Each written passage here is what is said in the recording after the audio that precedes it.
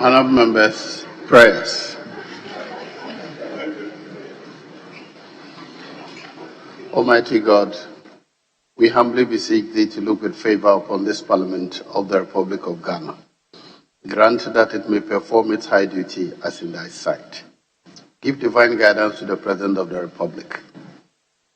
Thou members of Parliament and ministers of state with discernment and vision, integrity and courage, that through the labours of government, this land and people may be well and truly served, that good purposes for the common human life be realized in our midst. O God, grant us the vision of our country, fair as it might be, country of righteousness, where none shall wrong his neighbor, country of plenty, where evil and poverty shall be done away with, country of brotherhood, where all success shall be founded on service and honor shall be given to the deserving, country of peace, where government shall rest on the will of the people and the love for the common good. Bless the effort of those who struggle to make this vision a living reality. Inspire and strengthen our people, that they may give time, thought, and sacrifice to speed the day of the coming beauty of Ghana and Africa. Amen.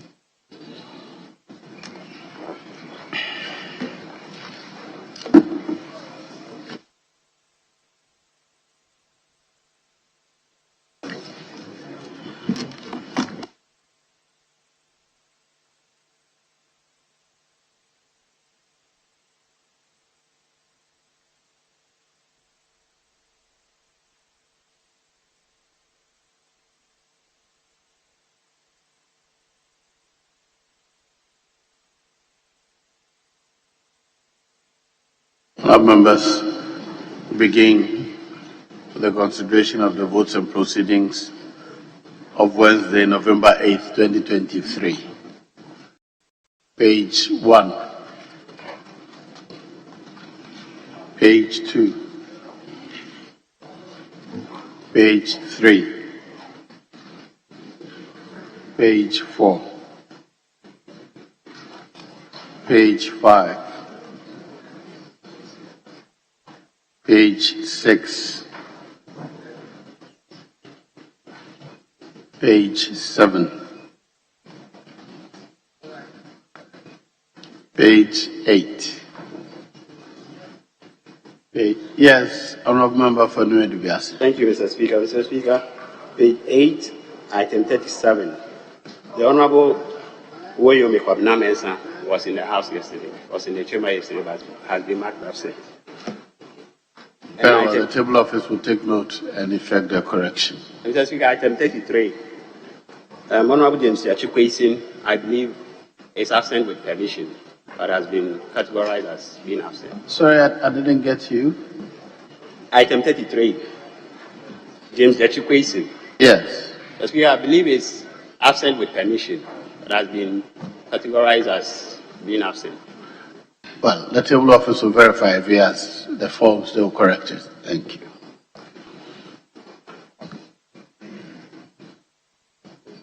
Page 9. Page 10. Page 11. Page 12. Page 13. Page 14, page 15, page 16, page 17. Yes, Honourable Chief Whip. Mr. Speaker, sorry to take you back. Page 7, item number 11. Our colleague, Honourable Dalasoa, was around yesterday. She was here yesterday as well. Was she? Number 11. Yes, I'm seeing that. She was around yesterday. Very well, the table office will verify and effect the correction. Page 17, page 18, page 19, page 20, page 21, page 22, 23, 24, 25, page 49, page 50, page 51, page 52, page 53, and page 54. Honourable members, in the absence of any further corrections, the votes and proceedings of November 8th, 2023 as corrected are hereby adopted as a true record of proceedings.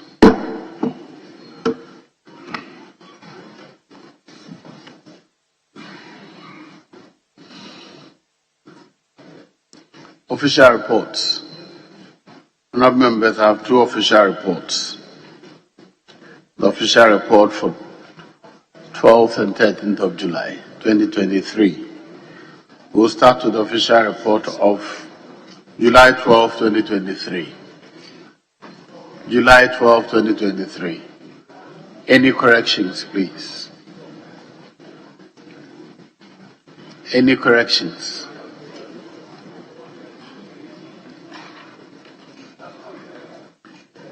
In the absence of any corrections, the official report of July 12, 2023 is hereby adopted as a true record of proceedings. Now move on to the official report of July 13, 2023. July 13, 2023. Any corrections of the official report, please? In the absence of any corrections, the official report of July 13, 2023 is hereby adopted as a true record of proceedings.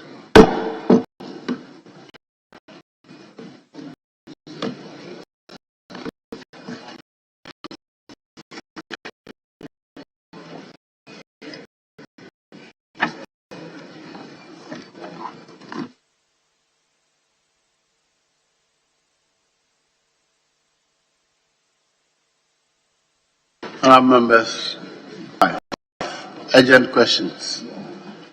There are two urgent questions admitted by Mr. Speaker to Minister for Health. So, Minister for Health, kindly take your seat. Speaker, with respect, if you may indulge me, we wish to and take item 8A-B. Then we'll revert to item 5. Just the two items, Speaker. 8A and B. With your leave, Speaker. Yes, but from Speaker, we have that understanding. We can do it. Very well. At the commencement of public business, item 8, presentation of papers. A, by the Minister for National Security. Yes. So I will further seek your kind leave for it to be done by the Minister for the Interior. Yes. Mr. Speaker, we have no objection to that. Very well. Item 8A, to be done by the Minister for National Security, Minister of Interior. Okay. Security and Intelligence, Ministry of National Security Staff, Regulations 2023. The paper is duly presented, is referred to the Committee on Defense and Interior to consider and report. Item 8B, Minister for Interior. Narcotics Control Commission, Cultivation and Management of Cannabis, Regulations 2023.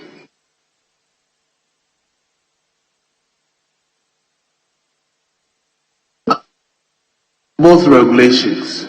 No, then I think the referral should be to the Subsidiary Legislation Committee. So I withdraw the earlier referral to Defense and Interior, and I refer item 8A to the Committee on Subsidiary Legislation, and similarly, I refer item 8B to the Committee on Subsidiary Legislation.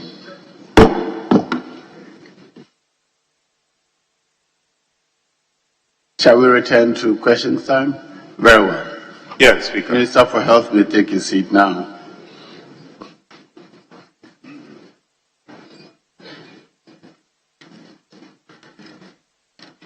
Question 5A. In the name of the Honourable Member for Timpani, Ms. Lydia Lamisi Akamvareba.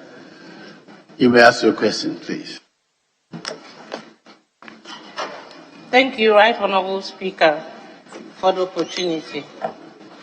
I rise to ask the Minister of Health, what urgent step is being taken by the Ministry to provide essential drugs for the Timpani Health Center? Thank you. Honourable Minister. Thank you, Mr. Speaker. Mr. Speaker, the Ministry of Health is as part of its public health supply chain reforms, has adopted the concept of the last mile delivery, which is one of the logistical tools to augment the uninterrupted flow of health commodities to various health facilities with the aim to impact positively on the general health care of the client at the barest minimum on time. At the central level, the temporary central medical stores undertake scheduled delivery every 2 months to the various regional medical stores, teaching hospitals, and other implementing agencies like the several district hospitals and health centers, including chief compounds dotted across the length and breadth of our country. However, whenever there is an emergency order outside the stipulated period, the temporary central medical stores honors those orders. Mr. Speaker, the maximum turnaround time for orders to be delivered to all facilities is usually within 10 working days, whereas at the regional level, the last mile delivery is carried out at different times depending on the region. This is dependent on the various facilities under their jurisdiction. Some regions undertake the last mile delivery every 5 weeks and others on monthly basis. In this line, Mr. Speaker, delivery of essential drugs to Timpani Health Center was done on the 29th September 2023, and the next schedule is due in the middle of this month, November 2020. I expect as I speak, all orders that have been sent from Timpani might have been supplied by around middle of October. Thank you, Mr. Speaker. No, that will be done by around middle of November. Thank you. Yes, Honourable Member. Thank you, Honourable Minister, and thank you, Mr. Speaker, for another opportunity for a follow-up. Honourable Minister, from your answer, you mentioned that the medical supply, they do it monthly. But I don't know whether you are also aware that sometimes when they go to the central medical center in the region, they are not able to get the required amount of drugs that they are supposed to send back to the district. For instance, I was reliably informed that sometimes they go there, and if they are looking for maybe 10 boxes, they are only supply of 5 boxes. And it is also difficult for them to do a procurement process to get the rest to cater for the needs of the district. Thank you. Honourable Minister, are you aware of that challenge? Mr. Speaker, I wouldn't be aware of this particular challenge at Timpani. If my colleague had asked specifically what this situation is, I would have prepared to come to answer. But the only advice is that the facility should continue to inform the region where they take their medicines from about shortfalls in their orders and what challenges that they have. And if it becomes persistent, my colleague can bring this to my notice outside them. I will see how best we can resolve the matter. Thank you, Mr. Speaker. Yes, Honorable Member. Yeah, thank you, Right Honorable Speaker. I also want to find out from the Minister of Health. One of the challenges of the essential medication that we have, whether it has been brought into notice, especially anti-snake serum and anti-rabies, which is very, very critical in the district. Thank you. And it's in short supply. They only have to get it through zip line. And sometimes zip line is not working. Thank you. Yes. Thank you, Mr. Speaker. So I'm very glad that my colleague is mentioning zipline and telling me that zipline is not working. Zipline is part of our last mile delivery on our supply chain distribution too. So if zipline reaches there and it is not working, that might be temporary. We use zipline to supply very critical essential medicines like anti-snake and anti-rabies and other medicines that are needed right on time to help our clients. But the shortages we are talking about, I just want to inform my colleague, Mr. Speaker, that presently we have anti-snake venom in all our regional medical stores. Just last week, we even redistributed some more anti-snake and anti-rabies can be found in the regional central medical stores. So if Timpani Garu is still having this challenge, I will ask my director for Ghana Health Service to investigate to find out why we still have shortages of these particular vaccines or venoms in Timpani. Thank you, Mr. Speaker. Yes. Thank you, Right Honorable Speaker. Honorable Minister, as a health center, is it not possible that there should be a way of storing anti-snake serum and anti-rabies? Looking at the nature of the district, during the rainy season that we have high rate of snake bite, is it not possible that we should have a way of storing it in the various health centers? Because currently we have one health center and we have about 10 chiefs compounds.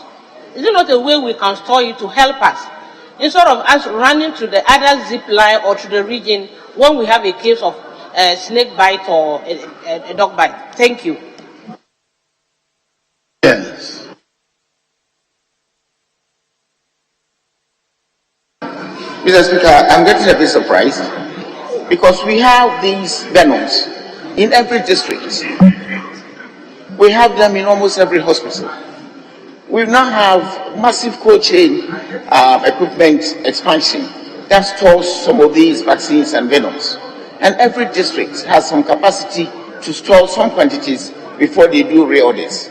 That is why I'm saying I'm a bit surprised. I will ask the regional director in Border to try to see what is the challenge at Timpani as soon as possible. Thank you, Mr. Speaker. Very well. I'll move on. The next question is by the Honorable Member for Jabuso, Kwabena Minta Kando.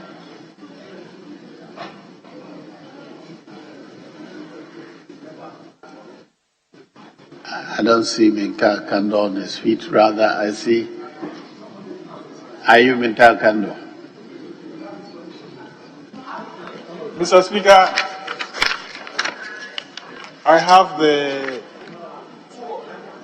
authority of the Honorable Kwabena Minta Akando to ask the question on his behalf, if I'm permitted by you, sir. Very well. Proceed. I rise to ask the Minister for Health what measures the ministry has put in place to manage and contain the recent anthrax outbreak. Thank you, Mr. Speaker. Yes, Honorable Minister. Thank you, Mr. Speaker. Mr. Speaker, there was an outbreak of anthrax, mainly in animals, reported in the Upper East region between 21st May and 31st July 2023. A total of 13 suspected human anthrax cases including one dead, were recorded. The peak of cases were recorded on the 27th of May 2023 with 5 cases and declined to 0 on the 2nd June 2023 after response activities started. The last suspected case was recorded on the 1st of June 2023.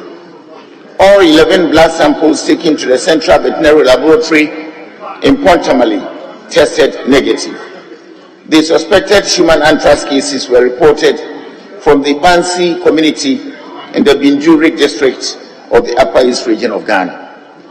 The first animal death occurred on 21st May 2023, which involved a cattle in the Bansi community of Binjuri district. This cattle carcass was eaten by community members in the Bansi community, and after 7 days, on 27th of May 2023, the first human anthrax case was reported. Mr. Speaker, a total of 125 animal anthrax deaths were reported from 13 districts in the Upper East region. Majority of the deaths were among sheep, 60.8%, and cattle, 32.8%. 50.4% of the animal anthrax deaths occurred in Binjuri district alone, from where the outbreak spread to other districts in the Upper East region. 13 districts in Upper East region were affected by the animal anthrax outbreak. The last animal death was recorded on 20th June 2023. The Regional Public Health Emergency Management Committee lifted the ban on the slaughtering and movement of animals in the region. Mr. Speaker, I have the distribution of animal anthrax deaths by districts, Upper East region, between 19th May to 26th June 2023. I have Talensi, Boko West, Binjuri, Talensi cattle 5, goats 0, sheep 1, pigs 0, total 6. Boko total 13, 7 cattle, 2 goats, 3 sheep, and 1 pig. Binjuri 63 total, 9 cattle, 3 goats, 50 sheep, 1 pig. Bolga Municipal 3 cattle, and that is the total. Bongo 7 cattle, 1 sheep, total 8. Kusiga total 1, that is the sheep. KNM cattle 1, sheep 1, total 2. Timpani 1 cattle, and that is the total. Volga East 4 cattle, and that is the total. Garu 2 cattle, 15 sheep, that is 17 in total. Bulza North 4 sheep, and that is the total. Boko 1 cattle, 1 goat, total 2. And Namdam 1 cattle, and that is the total. So in total, cattle 41, goats 6, sheep 76, pigs 2, and the total grand is 125. Specific measures to address the anthrax outbreak. Vaccination continued in all the districts affected, while there is need to subsidize routine animal anthrax vaccination for animals. Veterinary department and the creation of more sites for the animal vaccination. There is a need to increase anthrax vaccine production capacity at the Central Veterinary Laboratory in Pontamale in the northern region of Ghana to meet the demand. We maintain surveillance on animals and humans against possible public health threats, including anthrax. Regional and district public health emergency management committees have been meeting regularly outside the outbreak periods for the prevention of future epidemics. Mr. Speaker, we continue to build capacity of human health, environmental health, and veterinary departments and undertake regular simulation exercises on anthrax for their staff. Mr. Speaker, we continue to educate the public on epidemic-prone conditions and the need to report early to health facilities. And we made available adequate laboratory reagents to test suspected anthrax cases. In the last outbreak, the ministry received a consignment of lab reagents from the WHO and distributed same between the Pond Animal Laboratory and the National Public Health and Reference Laboratory. Thank you, Mr. Speaker. Yes. Thank you, Mr. Speaker. Anthrax is a zoonotic disease. It affects animals and also affects humans. One of the steps in the management is coordination. I want to find out what is the level of coordination, collaboration, and cooperation with the veterinary service department, which would foster effective management and prevention of anthrax in the country. Thank you. Yes, Honorable Minister. Mr. Speaker, my colleague's question can be answered by a demonstration of me, the Health Minister, standing here to answer a question to answer this question. Honorable Minister, let me put it this way. Is there, as to speak now, any collaboration between your ministry and the veterinary Mr. Speaker, that's what I'm trying to explain. That there is this witness, demonstration of me here, signifies that we are collaborating amongst each other. Right. This question should have been a veterinarian question. Why should the Health Minister come and answer? That underscores the type of collaboration we have when we are doing these public health issues. So we are collaborating with services and the Ministry of Agri as well. Just like when we also get diseases that can spread to animals, we collaborate with them to fight the disease. Even in the answer, I mentioned that we triggered emergency response, and the regional and district public health emergencies have been meeting regularly, even outside outbreak periods, for the prevention of future epidemics. And these committees involve the veterinarians and medical staff together to do this type of collaboration for us. Thank you, Mr. Speaker. Mr. Speaker, I would want to find out from the Minister the situation of vaccines to prevent anthrax in this country, because scientists believe that the issue of anthrax in such an endemic country like ours is due to shortage of vaccines for routine vaccination. How true or false is this in Ghana? What is our vaccine situation in Ghana? Thank you.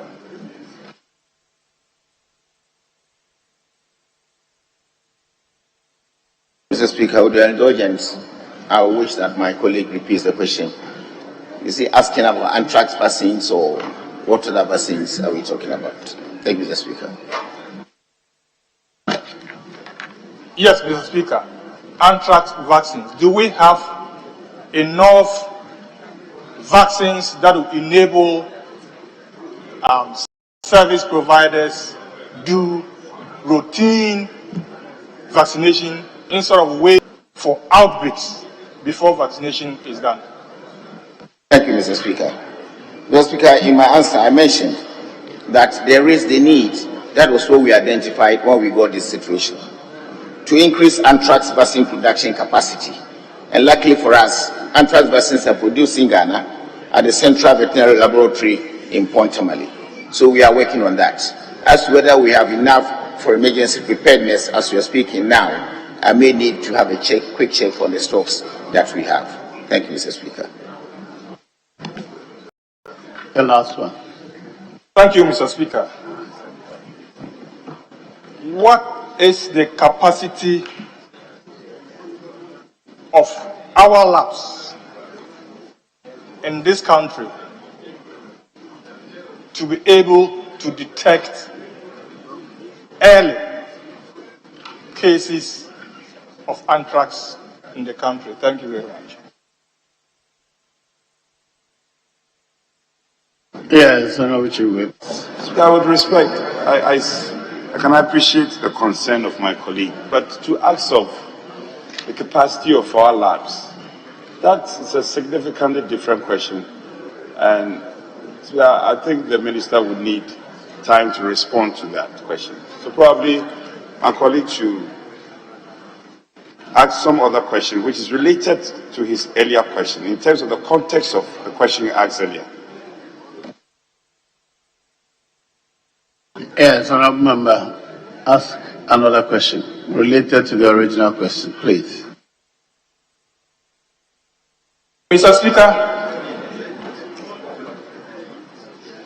with all due respect, the question is appropriate. Honorable member, I've ruled that it is not.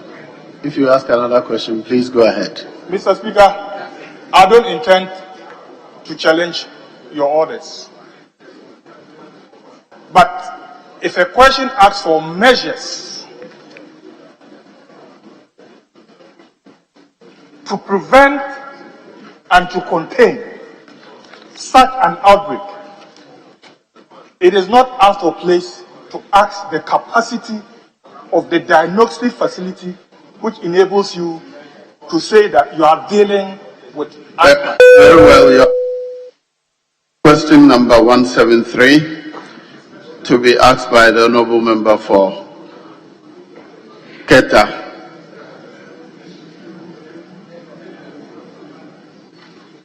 Kwame Jujoli, you may ask your question. Thank you, Mr. Speaker. I rise to ask the Minister for Health the plans the ministry has towards the construction of a new maternity ward and neonatal and intensive care unit, NICU, for the Keta Government Municipal Hospital. Yes, Honorable Minister.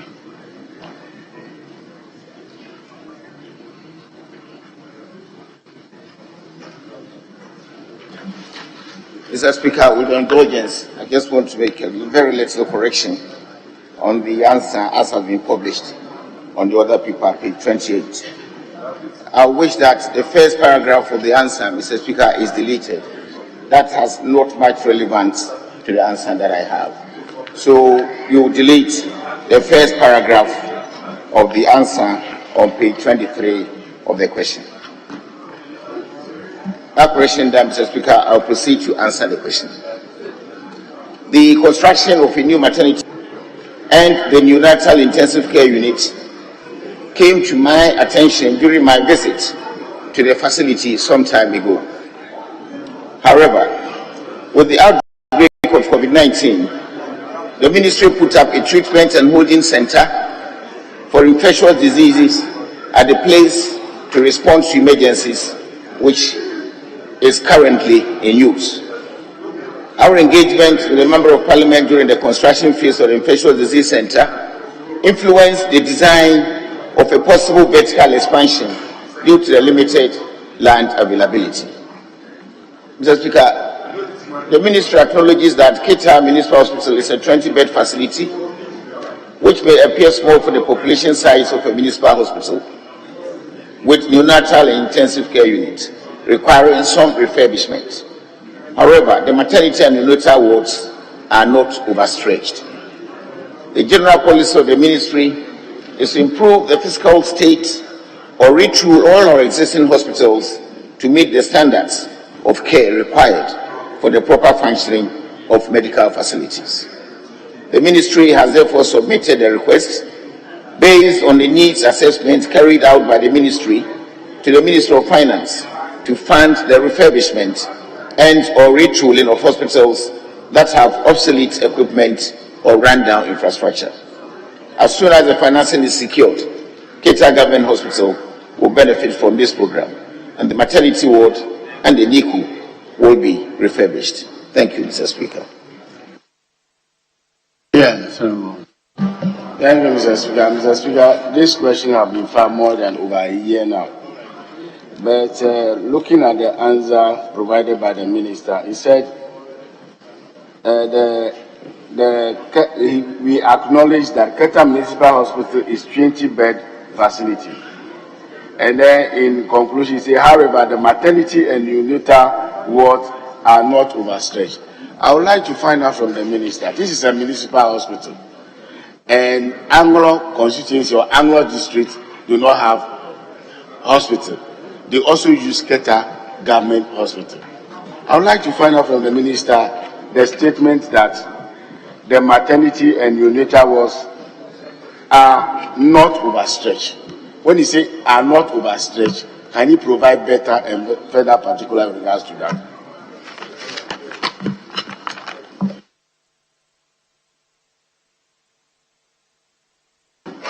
Mr. Speaker, when we say that the NICU and the neonatal facility is not overstretched, it means that its use, right, is not too much. We always have space in there. It's lying a bit idle. That is what we mean by not overstretched. Thank you, Mr. Speaker. Mr. Speaker, thank you very much. This is a facility. I would like to find out from the minister if he can provide figures to justify not overstretch.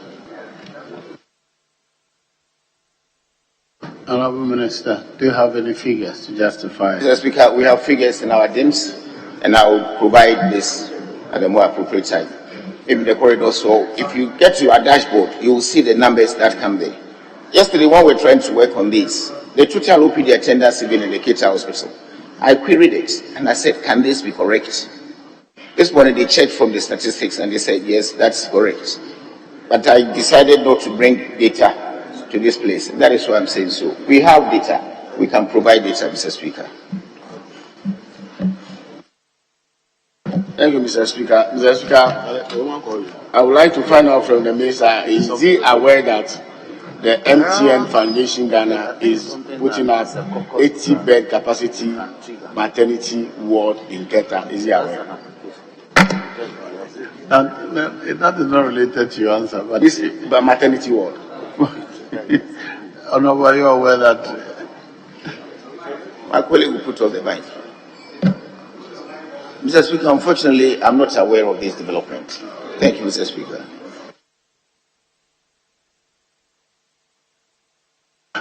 Very well, I'll proceed. Question number 174, in the name of the Honorable Member for Bongo, Edward Abambere Bawa.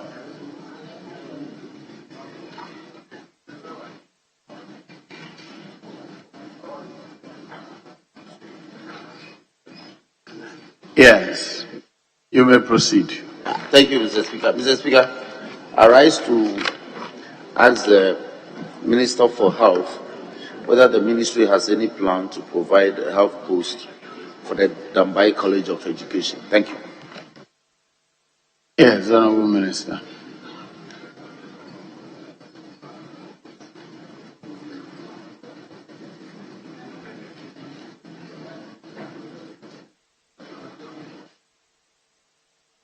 Thank you, Mr. Speaker.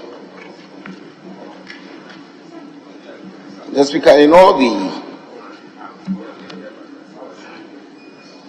hospital ranking assessments conducted by the Ministry of Health, Dambai has been on the list of priority areas for a hospital. This need has become urgent because Dambai is now a regional capital and therefore requires a regional hospital. Mr. Speaker, on the issue of the Dambai College of Education,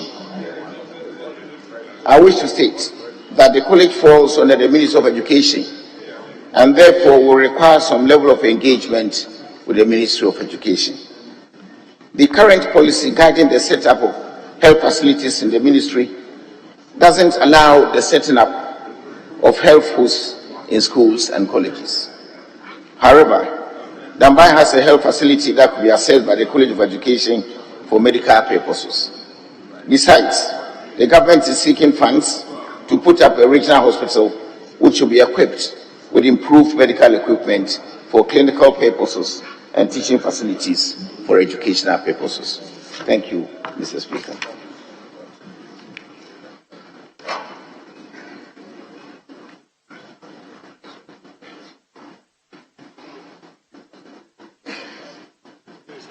I'm sorry, I don't know. Question 174 is the question you asked, is that right? Speaker, no, I asked question 572. 170. There's no 172. Oh, 572. And where is that? 572 is on page 4. I asked that the question 174. Honorable Bauer. Mr. Speaker, then I was under a mistaken belief that you mentioned 572. No, I actually mentioned the name of Honorable. So I was wondering where the Dambai was coming in. I was reading the question and I wasn't sure I was at the right place. I actually had 572, so my apologies. Very well. Speaker, So it's been asked already. I believe we can. Let's deal with 572. Yes, then we'll go back to 174. So you may do the follow-up. Mr. Speaker, I'm glad to hear that the ministry is minded to consider building a regional hospital to serve the region.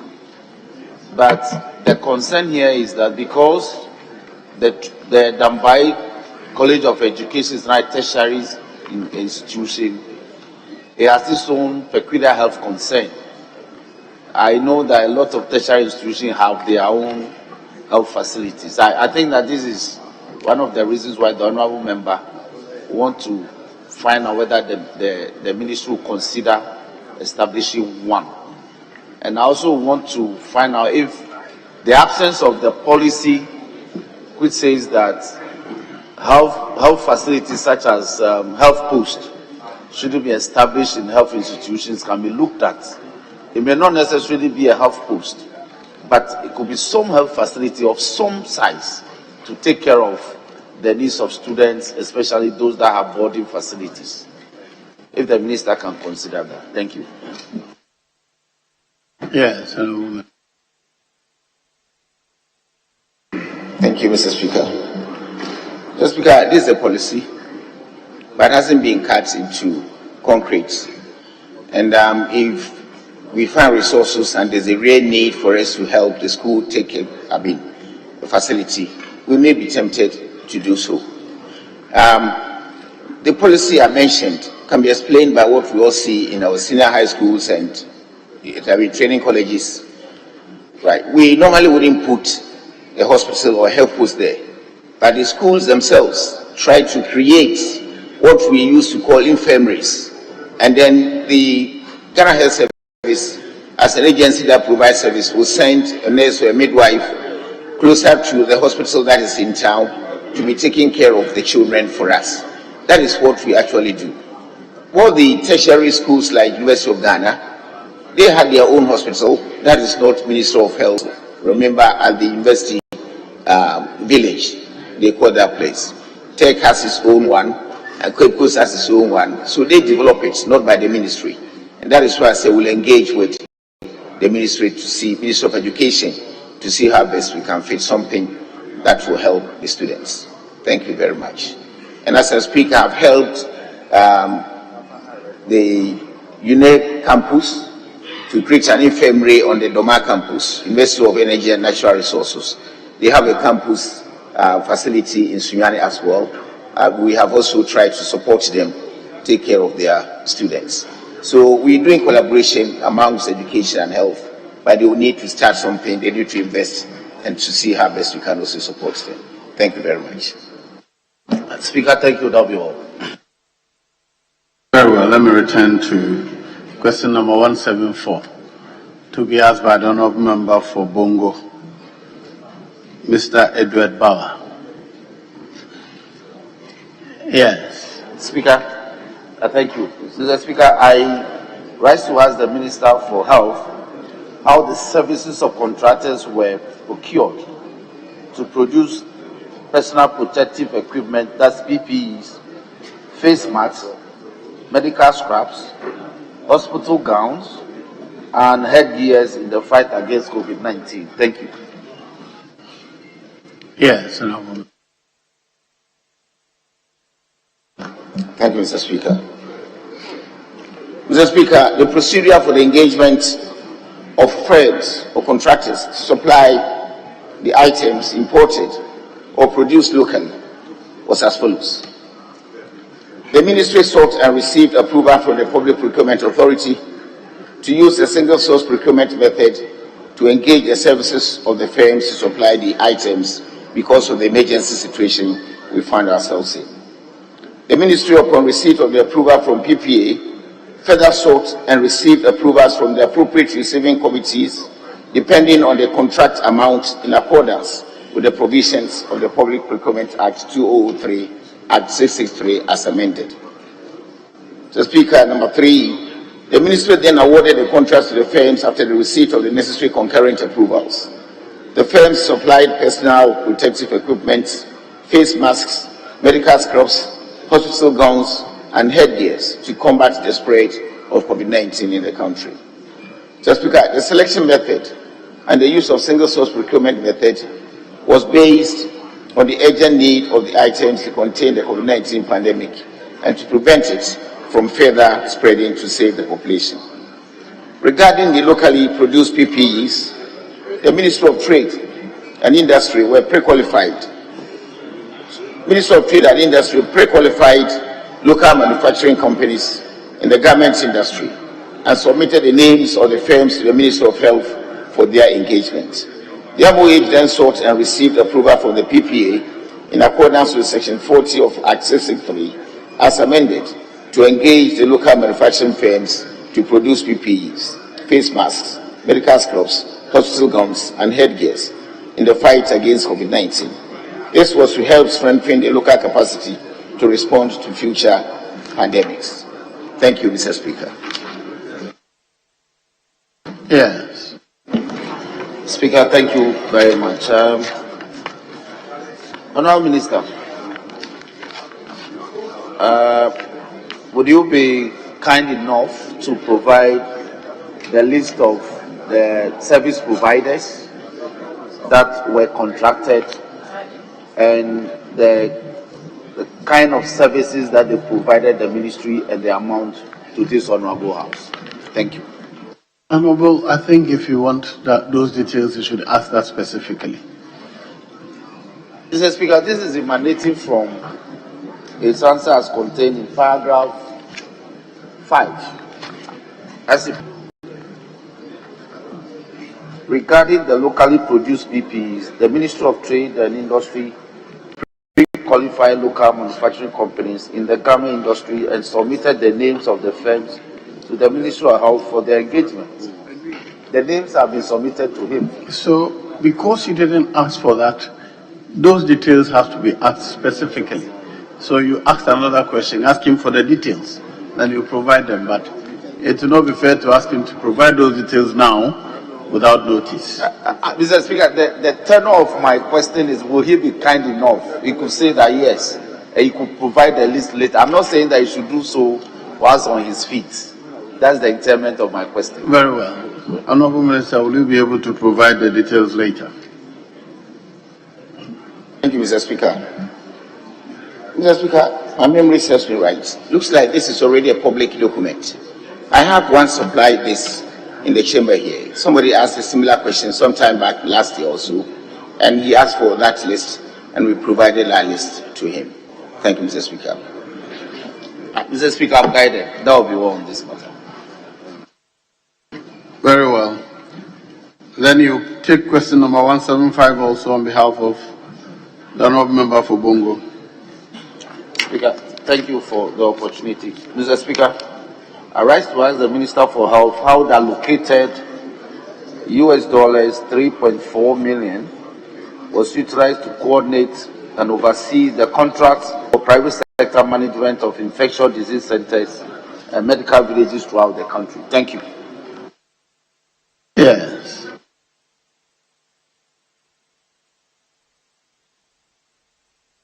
Mr. Speaker, I'm sorry to say that this question asked by my honourable colleague is quite unclear, as we cannot easily relate the amount mentioned to any particular activity undertaken by the ministry. I will therefore urge my colleague, Mr. Speaker, for him to provide further particulars that will enable us to provide the most appropriate answer. Thank you, Mr. Speaker. Honourable Minister, let me understand you correctly, that the figure mentioned is not known to the ministry. Is that your answer? Mr. Speaker, we've done a lot of research, but we cannot easily tie this 3.4 to any activity that we undertook. That is why I said that if you can come out with some better particulars on that, that can probably prompt us to a specific area we can search for this particular activity. Thank you, Mr. Speaker. Yes. Speaker, the record will bear me out. I'm not the owner of the question. I've tried to read the owner of the question regarding the content.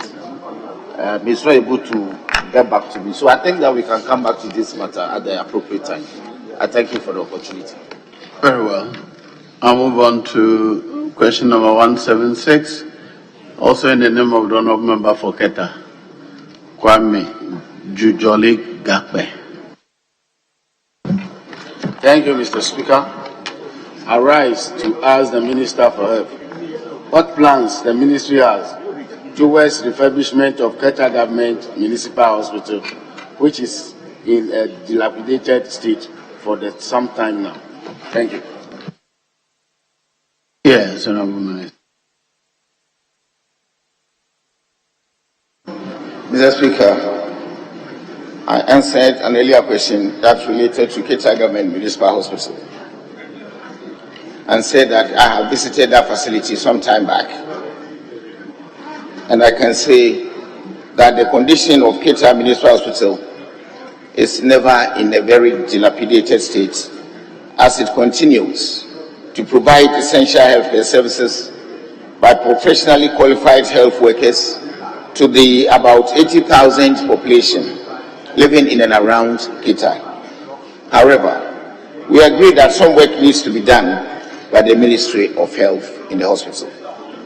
Mr. Speaker, the general policy of the ministry is to improve the physical state or read through all our existing hospitals to meet the standards of care required for the proper functioning of medical facilities.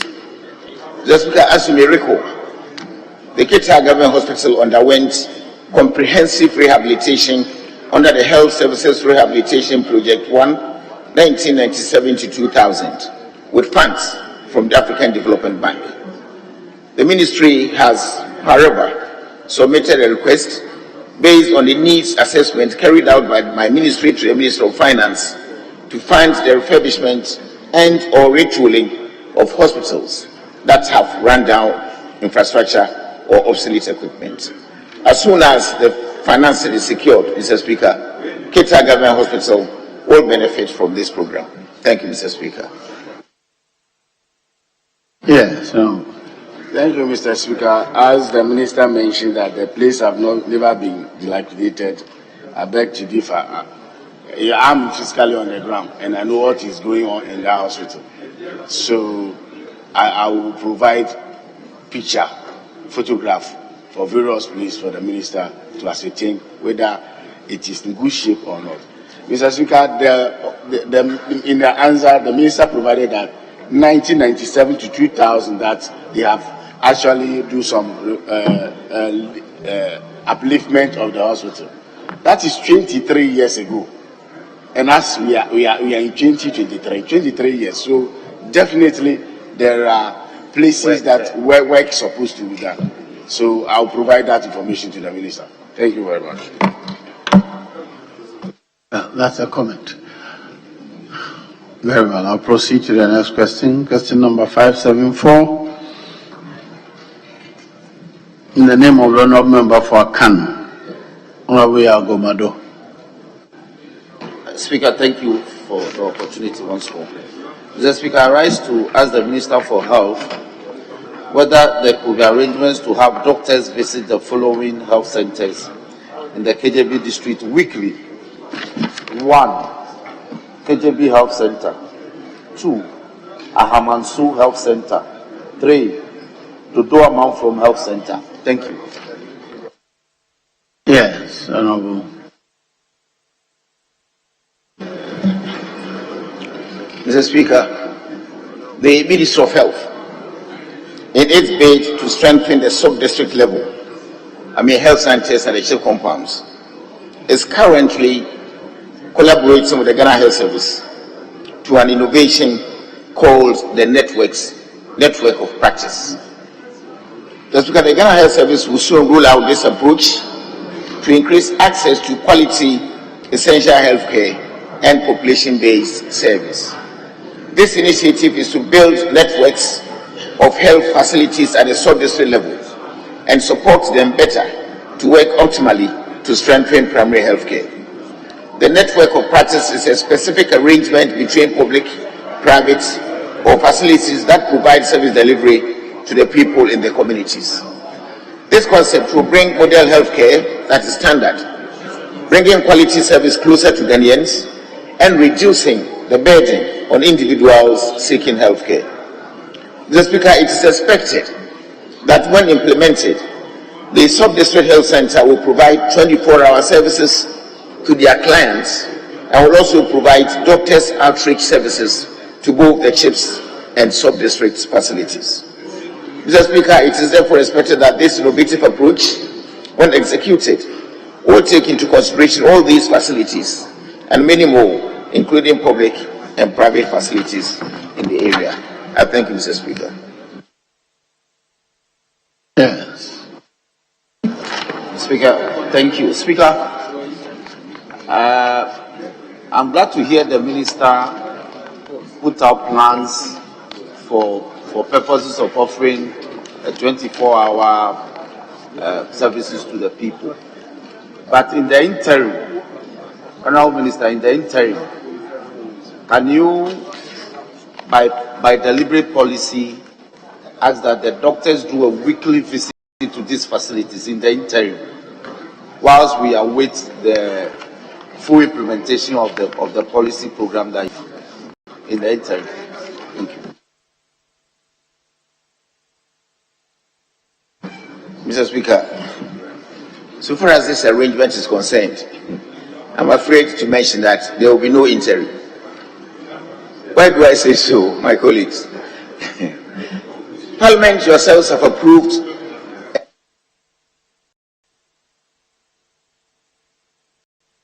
for this particular project to be implemented.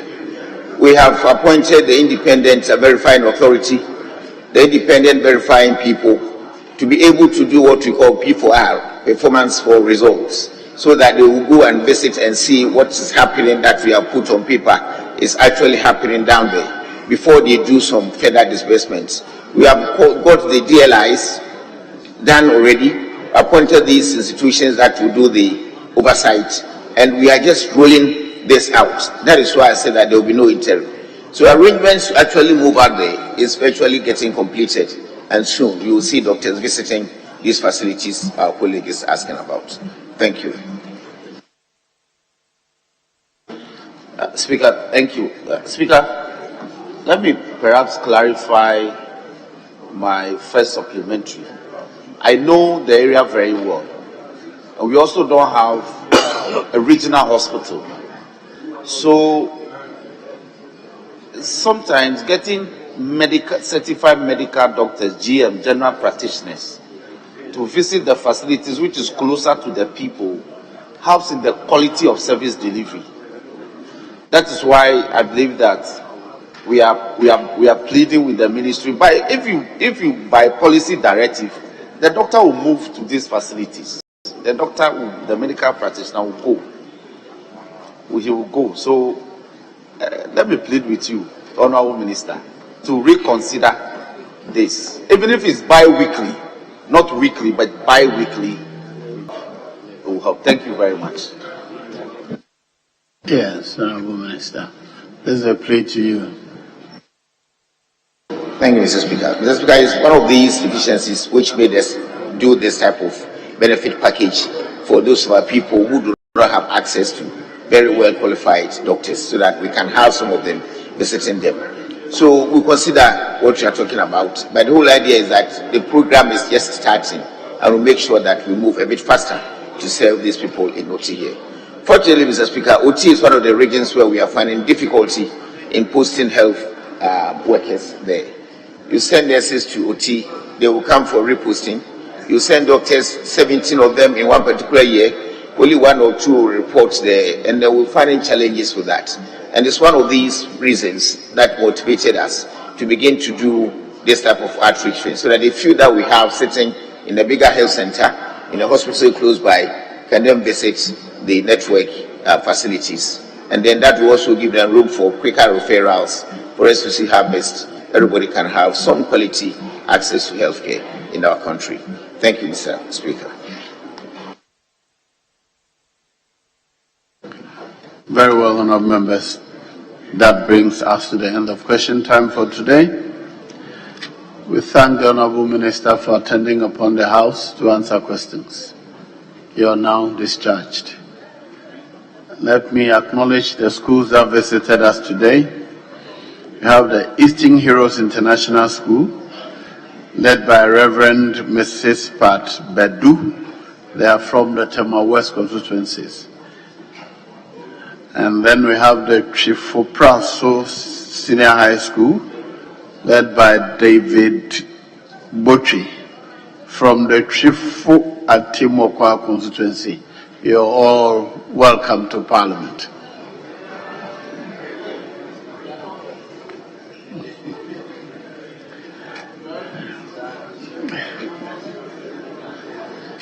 Very well. Item 7. Yes, leader. Speaker, before we go on to item 7, we had earlier agreed that because of the schedule, Parliament has scheduled the Minister for Health to brief the House on the renal unit of Kolebu Teaching Hospital. The arrangement is that after the questions, his questions are done, you continue with the briefing. So, Speaker, if you may permit him to brief us on happenings at the renal unit of the Kolebu Teaching Hospital. Yes, Honourable Minister for Health, you may tell us what is it to do with the renal unit of Kolebu. Thank you, Mr. Speaker. Mr. Speaker, the renal dialysis unit, we call the RDU of the Kolebu Teaching Hospital, has been offering dialysis for patients with renal failure over 2 decades ago. However, it has lately been bedeviled with some operational challenges, which resulted in the temporary closure to outpatients. Mr. Speaker, the RDU currently operates from 2 main locations in the hospital and provides both inpatient and outpatient services to patients at the hospital. 1. The medical blood dialysis unit, which has a capacity of 22 machines, but currently operates with 1 being used to dialyze hepatitis B positive patients. There are challenges with the water treatment system, and the machine itself needs to be repaired at least twice a week. Mr. Speaker, the satellite unit, we call the cabin, currently has 10 functional Fresenius 5008S hemodialysis machines. This is currently the main center for inpatient emergency cases and for outpatient dialysis as well. Mr. Speaker, on the average, the unit caters for between 260 to 300 patients, and at full capacity undertakes about 2,000 dialysis sessions per month, operating 24 hours. The facility has never had the occasion to turn away any patient. Mr. Speaker, the Kolebu Teaching Hospital has had a 10-year contract with Fresenius Medical Care South Africa Limited, FMC, to provide dialysis machines and consumables to the hospital. Over the 10-year period, the company is to provide Kolebu with a total of 60 hemodialysis machines of 2 different specifications, other ancillary equipment and technical equipment for servicing of equipment. So, Speaker, it must be noted that FMC is a global leader in the provision of dialysis equipment and high-quality consumables. It is important to use products of the highest quality to minimize complications to our vulnerable patients. Kolebu, in return, is obliged to pay for hemodialysis consumables worth a total of €11,865,000 over the 10-year period for the equipment and services supplied by FMC. The main revenue stream for the RDU has been proceeds from the payments of hemodialysis sessions. Currently, every patient is on the subsidized rate of 380 cedis per session. So, Speaker, over the past 5 years, a company in Ghana we call the First Sky Group of Companies has graciously committed to paying 1 million Ghana cedis every quarter to enable patients who cannot afford life-saving maintenance hemodialysis to have 2 sessions of dialysis a week for free. Currently, there are 230 patients on the free dialysis program. This is the ceiling on total number of beneficiaries specified by First Sky Group of Companies. This constitutes over 80% of the patients receiving treatment at the RENA unit and accounts for over 80% of the RENA unit's revenue. Mr. Speaker, for the past 2 years, the payment schedule initially agreed on with First Sky Group of Companies has been fraught with delays. Due to these delays, the RDU continues to accrue exchange rate losses, which has made it difficult for the RDU to service the monthly payments to the partner. So, Speaker, let me use this opportunity to thank once again the First Sky Group of Companies for this massive philanthropic gesture which has supported Kolebu and patients for the last 6 years. So, Speaker, in view of these challenges, Kolebu has accrued a total debt of a little over 4 million Ghana cedis to its partner. Furthermore, it remains a fact that the current charge of 380 cedis for dialysis is insufficient to enable the RDU generate enough revenue to fulfill its full obligations under the contract with FMC, especially as it does not have a hedged exchange rate per annum regime. This has compromised the ability of the RDU to raise the funds required to pay for consumables procured from FMC promptly.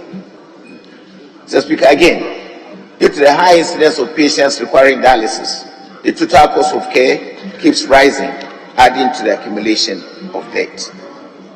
So, Speaker, it must be noted that currently patients on dialysis are not on the National Health Insurance Scheme. So, Speaker, the Kolebu Teaching Hospital, in consultation with the Minister of Health, has initiated discussions with FMC for review of the current contract for more flexible payment options and a more structured supply of consumables to avoid excessive delays and to ensure delivery of the outstanding 45 dialysis machines and auxiliary equipment to boost the service being rendered. So, Speaker, in the meantime, the RDU has been opened to the public since Monday, 6 November 2023, to add patients as directed by the Ministry. The MOH has since made a request to the Ministry of Finance to settle the total indebtedness of the 4 million Ghana cedis. And the good news now is that the Minister for Finance has just approved the disbursement of this 4 million to support our patients in Kolebu. Way forward. To forestall the recurrence of this unfortunate situation, the Ministry, in collaboration with Kolebu and the Minister of Finance, is considering one of the following options: the possible inclusion of dialysis on the National Health Insurance Benefit Package, the granting of subsidies based on proposal received from Kolebu, and the possible review of the tariffs to ensure sustainability of the services. And, Mr. Speaker, it may interest you to note that the private health facilities charge between 800 and 1,300 Ghana cedis for just a session of dialysis. The decision on the options enumerated above, Mr. Speaker, will be announced as soon as practicable. Mr. Speaker, as part of our non-communicable diseases roadmap, the Ministry and its agencies will continue to raise awareness for prevention and early detection to reduce renal disease and minimize the burden on the renal units in the health sector. When this is realized, the total cost of care and the need for dialysis will be brought to the barest minimum. Mr. Speaker, government has invested, with the support of Parliament, by approving facilities for us in the construction of a 100-bed ultramodern urology and nephrology center of excellence at the Kolebu Teaching Hospital, which will be commissioned by the end of the first quarter next year, 2024. This is aimed at facilitating the provision of kidney transplantation services, among others. Mr. Speaker, this will further reduce the dialysis burden on the nation and the need for Ghanaians to travel abroad for these services. A local team has been trained to provide these services, transplantation services, at reduced cost, and have already undertaken the first few kidney transplantations successfully in country by our Ghanaian doctors. Mr. Speaker, we believe this is the beginning of the government's vision of making Ghana a hub for medical tourism. Mr. Speaker, I believe there is hope ahead of all of us Ghanaians. I thank you. Very well. Yes, Honorable Member for Asawasi. Thank you, Mr. Speaker. Mr. Speaker, let me thank the Minister for coming to update the House on the sad incidents at Kolebu, and also to thank him for the information that he has given. Mr. Speaker, as we all know, statement from ministers such as this is not supposed to generate debate, apart from comments in line with what the minister has made. Mr. Speaker, it is too unfortunate that government seeks to allow this to happen, to get to the extent where it became necessary for the outpatient department of this very important unit of the RDU to be closed at Kolebu. Mr. Speaker, the minister has given us the information, especially with respect to the contract that the Kolebu is having with the South African company FMC. Mr. Speaker, as members of the Health Committee, we demanded to see a copy of this contract. Mr. Speaker, it will interest you to know that for almost a month now, it is not forthcoming. Because, Mr. Speaker, I'm also happy the Minister himself is saying they are in the process of review. Because the problem of Kolebu starts from this contract. It starts from that contract. Because, Mr. Speaker, when you pick equipment, there are two models that are run. You either have one that is closed.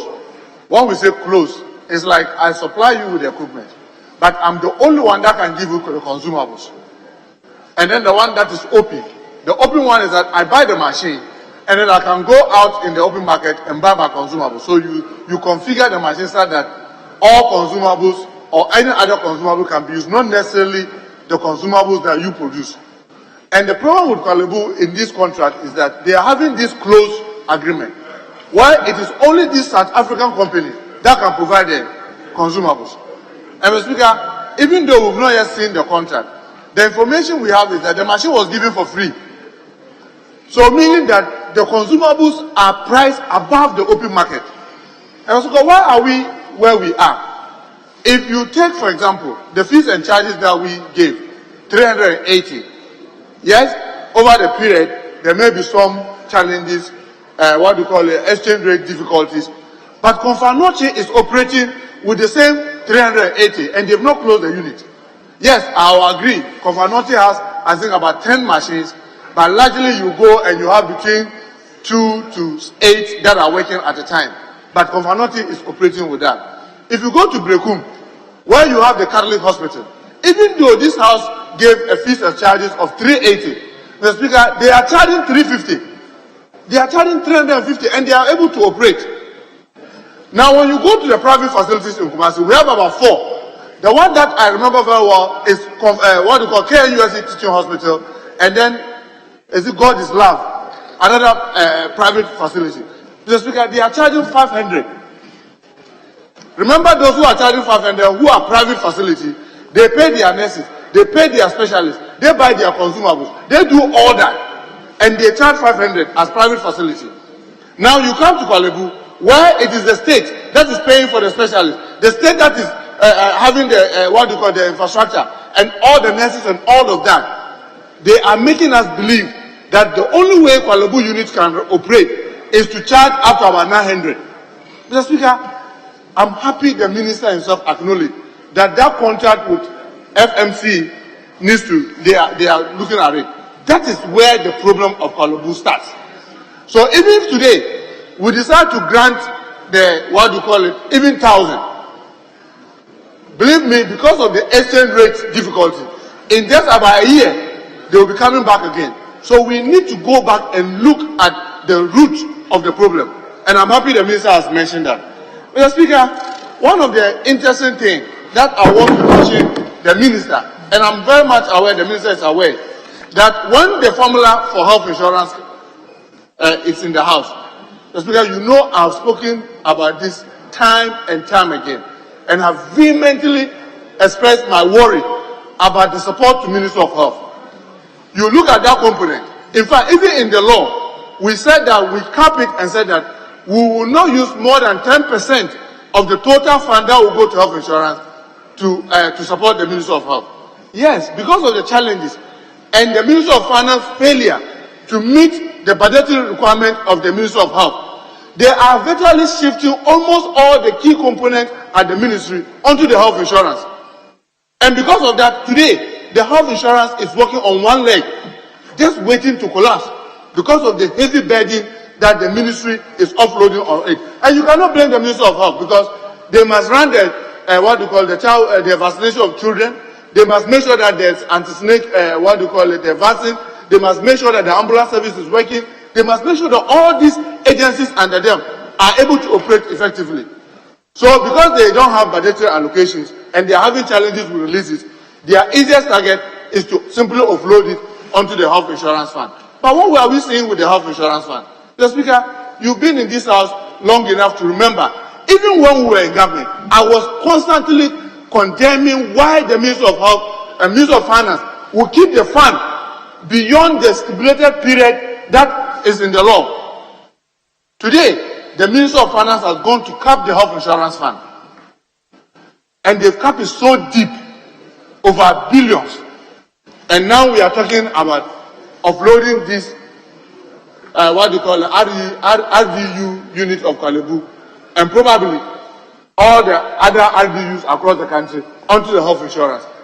Mr. Speaker, what we'll be simply doing will be collapsing the health insurance fund. And Mr. Speaker, the other thing that I want to draw the minister's attention, and I'm happy my colleague, the Honorable Matthew Poku Prempeh, is here. When we started the health insurance, Mr. Speaker, consultancy at the hospitals was very low.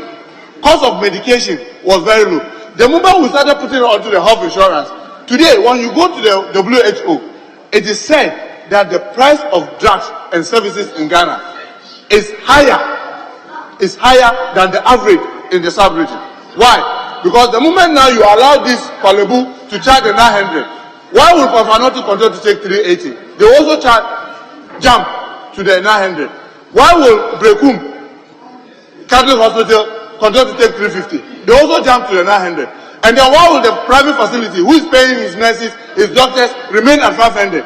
Then they will go to 1,500. So by the time you wake up, then you see that the average cost of these services will be escalating. This is why I'm calling on the Minister for Health that this important component of his statement that he's going to review, together with Korle Bu, review the contract, is a very important one. And this house, I want to plead with colleagues, when the fees and charges come, let's not be in a hurry and be sentimental and just be emotional to say that, oh, let's just give this so that people can have them. No, we should look at the contract and make sure that all the excesses, the abuse that are embedded in those contracts are rectified, because that's where the root cause of the problem is. Other than that, all we'll be doing is that we'll be throwing public funds into the hands of individuals that will be wasting it.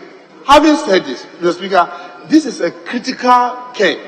And Mr. Speaker, most of the time when you are there and you hear, oh, somebody has cancer, somebody has kidney failure, Mr. Speaker, you never know what it is until it is closer to you. I just lost my farm manager and my in-law in July. I lost him on 12th of July. Mr. Speaker, I came face to face with this reality. And so it comes to a point, even your money cannot save the person. That is when you realize that this is so much a critical service that we don't have to joke with it. How do we overcome this challenge? Mr. Speaker, yes, in the case of Kwalubu, we may have to look at this contract. How do we move forward? I've seen the minister mention a philanthropic, a philanthropic company that is providing about 1 million Ghana cedis quarterly to support those who cannot. Mr. Speaker, all over the world, universities, hospitals, they run more on foundations.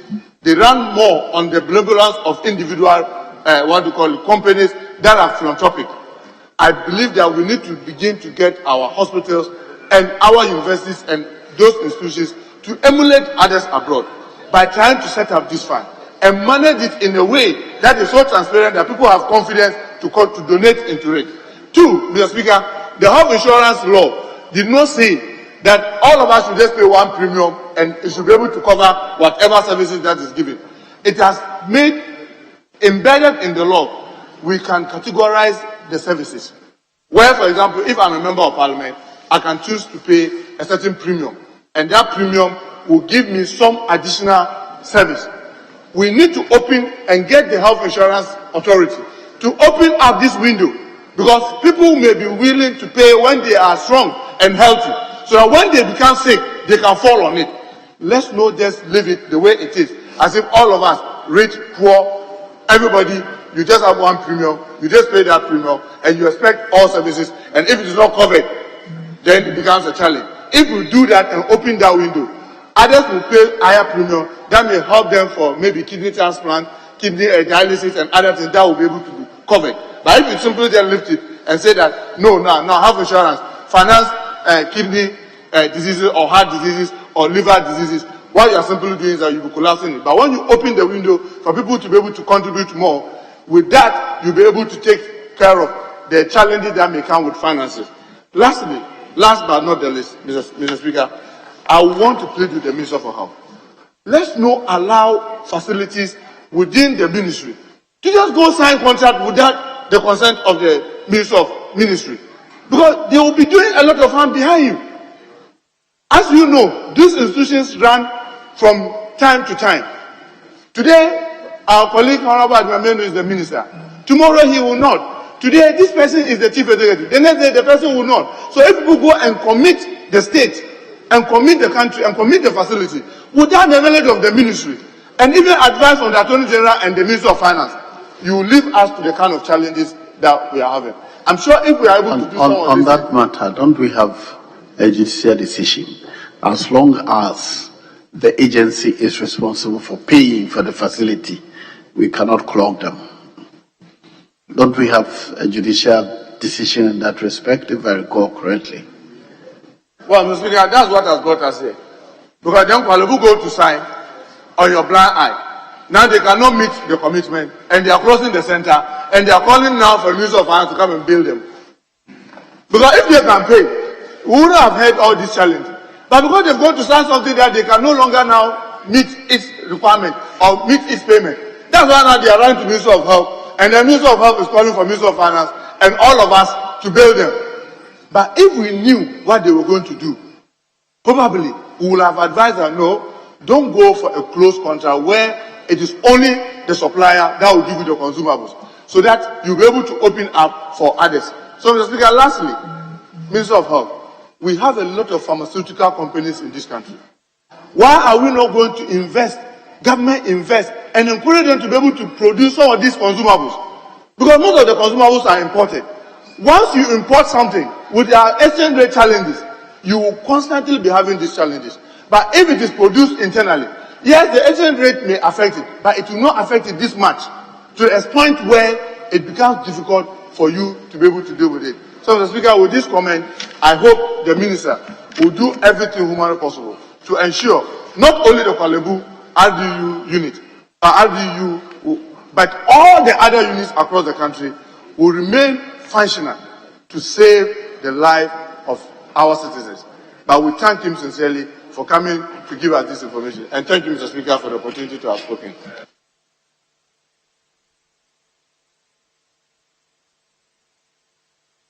I thought the former health minister would be interested in commenting on this, Mister.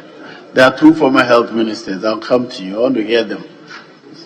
Mr. Speaker, I'm very happy to have come. I thought that the last time I spoke on this subject, I made references to what Honorable Muntaka said.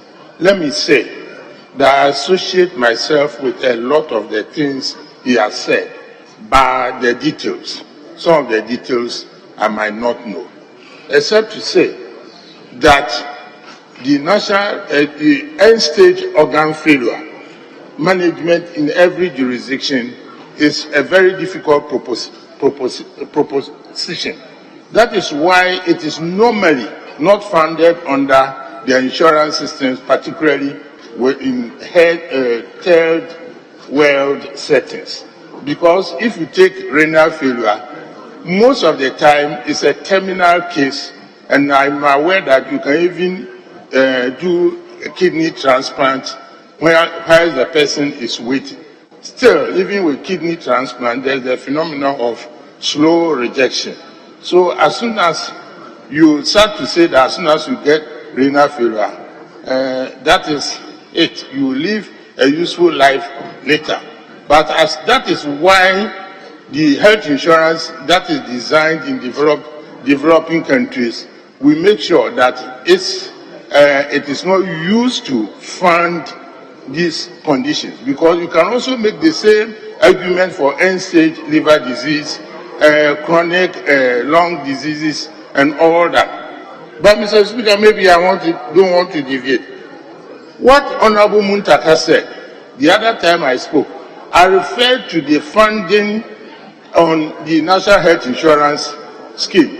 Mr. Speaker, I can say, without any sort of equivocation, even on this side of the Parliament, that for the Minister of Finance to cap, or for us to look on for health, the NHIS to be capped, is unconscionable. In fact, it's immoral. Why do I say so? Any monies that are taken from the populace, which is regressive in nature, the best place to put it is with healthcare financing. So why do you take money from health to go and support budget? I don't get it. So that is the essence of capping. I believe that I've spoken on this matter on so many occasions. I'll let that rest. Then, Mr. Speaker, perhaps people have forgotten the genesis of the healthcare financing system. I was the Minister for Health who led the President Kufuor's National Health Insurance Scheme, its introduction. And I realized that the labor, we took 2.5%, please listen, from the then 15.5%, insurance system, which guaranteed when you go on pension, you get some benefit. So in this essence, before health insurance, labor, organized labor, was paying zero, nothing. And after, they are also paying zero.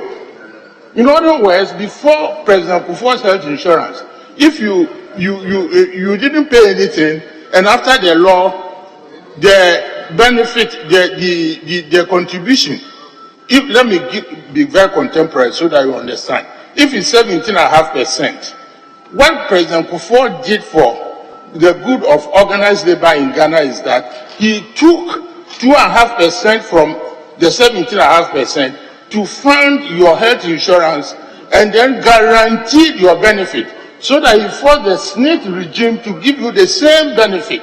I believe that the time has come to call on organized labor to pay for something. A comparative study at that time showed that Nigeria was taking 13% from their labor and give them even superior benefit to what Ghanaians were receiving. So it means that the Smith regime at that time were having a free ride, Mr. Speaker. Then number two, we brought in its co-payments that when you go to the hospital, you should be allowed, especially on OPD basis, to pay, let me use contemporary times, say 10 cedis. The question was then that people will say, Kofi Ko Nsu Ojirankwentia, which means you say you have abolished the health insurance. Meaning that what if somebody pays something, then it means you haven't abolished it. Mr. Speaker, that is not the case. When you go, it is related to the drugs that you buy. To the extent that your 10 cedis is known, is guaranteed, and irrespective of the cost of the drug, will you pay? Mr. Speaker, then that gives the provider some leverage to, to use that money. The time has come for us to make sure that people who, especially on OPD basis, pay this money so that we can use it to fund some of these things in the interim. And then the big question that, or the big elephant in the room, a lot of informal payments are being paid in the government health clinical services. Informal payments. It's about time that we brought them up onto the table for everybody to recognize them for what it is. To the extent that the populace is willing to make payment for those monies for those payments, I believe that they should be formalized. So, in other words, it's part of the co-payment system, so that we can get more revenue to fund some of these things. Mr. Speaker, once we are at it, when you talk about universality, we are not moving towards universality, but it's another subject. Let me restrict myself towards to the subject at hand. So the organ failures, the kidney failure, the liver failures, even some diseases, every country controls its own destiny, so to speak. So let's have a national conversation, look at the funding of health insurance, and the finance minister has no business capping, what do you call it, the NHIL, because it's unconscionable. And then finally, those who are making informal payments in the system, they should be brought to the table to be re-examined and then formalize them. And then finally is that we should look at another way of even adding additional income. Because everybody is saying that let's fund this. They are looking at the benefit side, but they are not looking at the revenue side. So if we do that, we will not be running a health insurance system. Mr. Speaker, I hope I have provided some light on this matter. Thank you very much for that. Honorable Sandari. Thank you, Right Honorable Speaker, for the opportunity. Mr. Speaker, I also thank the Minister for Health for appearing before the House to make a statement on the state of the regional unit of the Kolebu Teaching Hospital. Mr. Speaker, in as much as I thank the Minister, going through the statement and making critical analysis of it without any intention to provoke debate, what I find to see is hope for patients with renal failures, especially those who need dialysis at the Kolebu Teaching Hospital, and more so for patients in general in this country. Mr. Speaker, what the Minister has read to us is more of interventions by philanthropists and companies who have done their bit to contribute to saving lives of renal patients in this country. Mr. Speaker, the problem at Kolebu Teaching Hospital, I see it as leadership failure. I see it as government not being responsible for the health of the people of this country. Mr. Speaker, all I'm saying is that there's no priority for the health of the people of this country. Mr. Speaker, go through the statement. Apart from what the minister is proposing now in terms of policy, we haven't seen government intervention in this instance, apart from what FMC that has donated dialysis machines to Kolebu, and the Fair Sky Group that has taken it up to offer free services for renal patients. Before now, I don't see, or the minister has not demonstrated or shown us what government has done so far until now. We cannot have a situation where the whole government comes in only when there's crisis. Mr. Speaker, for every patient that has been on dialysis, there are about 9 more who are dying because they don't even have the capacity to get near a dialysis machine.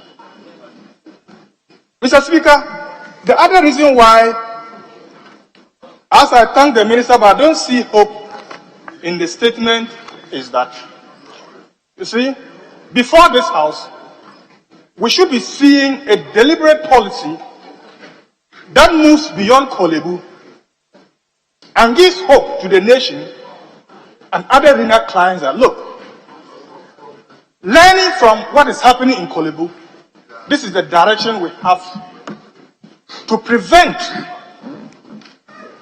people from developing renal failures up to chronic renal failure, and ensuring that we see deliberate policy to provide enough dialysis machines for the other hospitals in this country. That I don't see here, apart from the Kolebu story. So are we going to come back here tomorrow when Konfanoche also comes to the same problem? Or my regional hospital, Enwa, also faces similar challenges.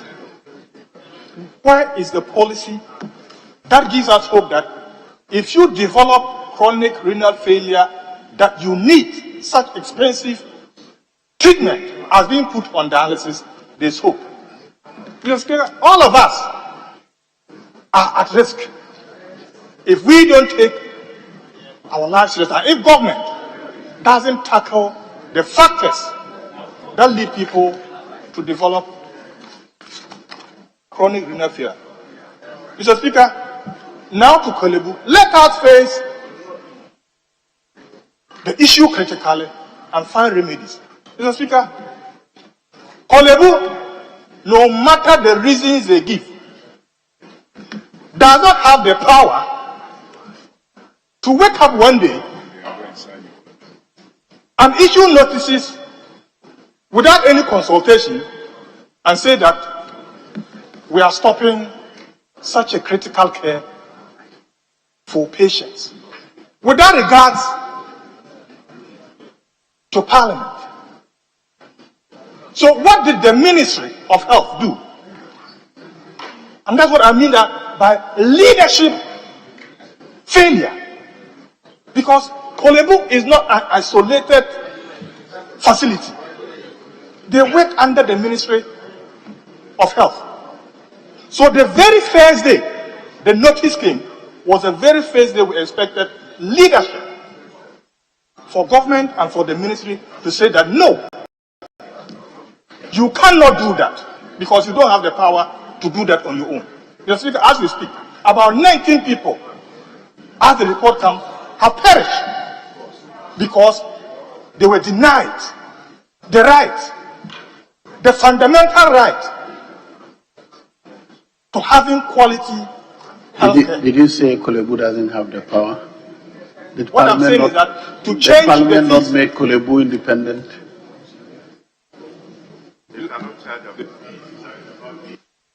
Mr. Speaker, this House And they close because they gave them a prescribed fee.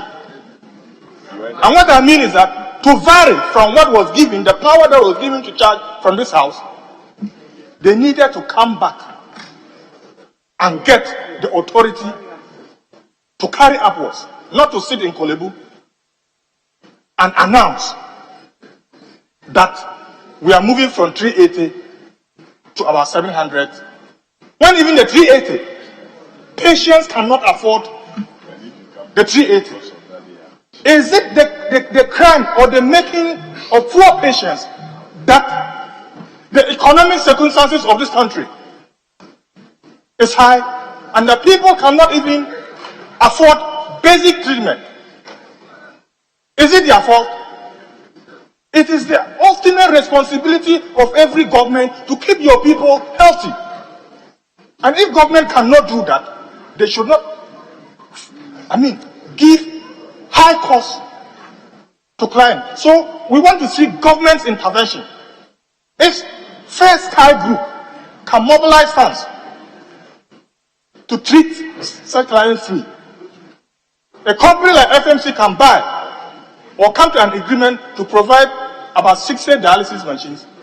How many dialysis machines has the government provided? That you don't find it here in the minister's statement. How many dialysis machines have they sent to Kolebu? Have they sent to Konfanoche? Have they sent to Cape Coast, Hope, and to my regional hospital in Wa? How many? We need to see the government efforts in the minister's is zero. And that's what I mean by the fact that there is no hope in this statement. It's English put together and accounting. You don't see it leading to a policy direction that will address this in this country. Lastly, Mr. Speaker, what we need is a national dialogue that let all of us come together and discuss the problem that our renal patients, the condition that all of us are at risk. What do we do? One, to prevent it. Why? We have been told by the medical doctors and the scientists that there are factors like LMC leading to renal failures.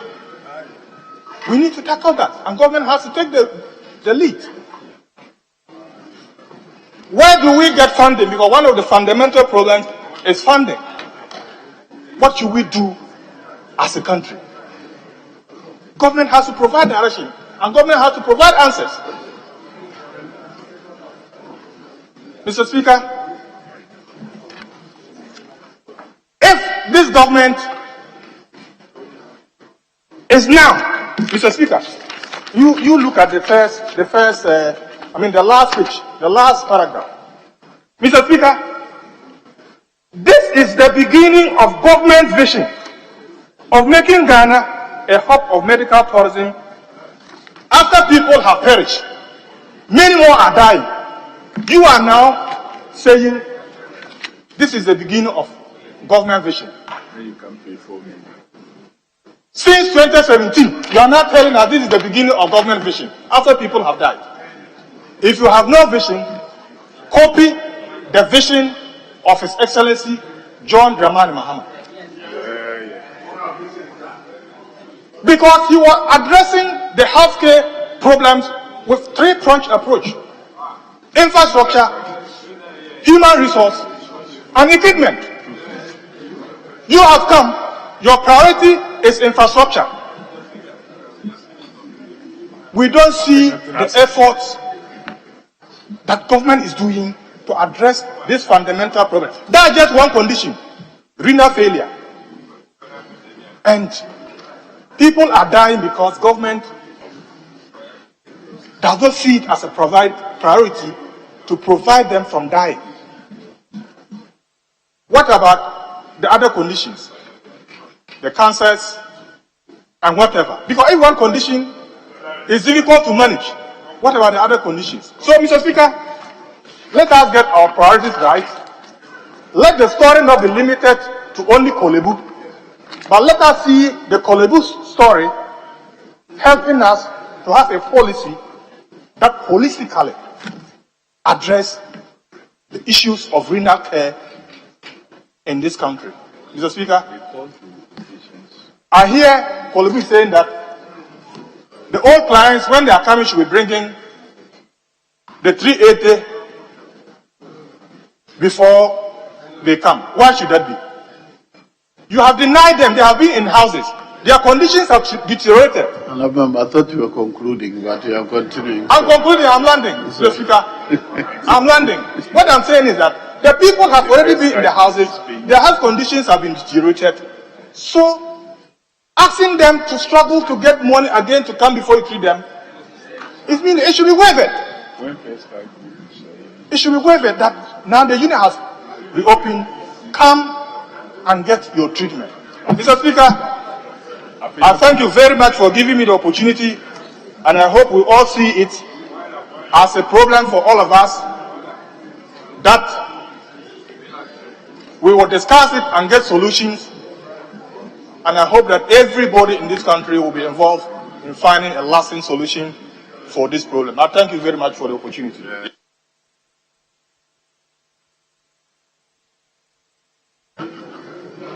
Where's Tema West? Tema West was on his feet. Where did he go?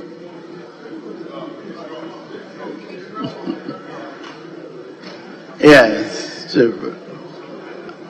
All right. He's coming from behind you. Tema West, you still want to contribute?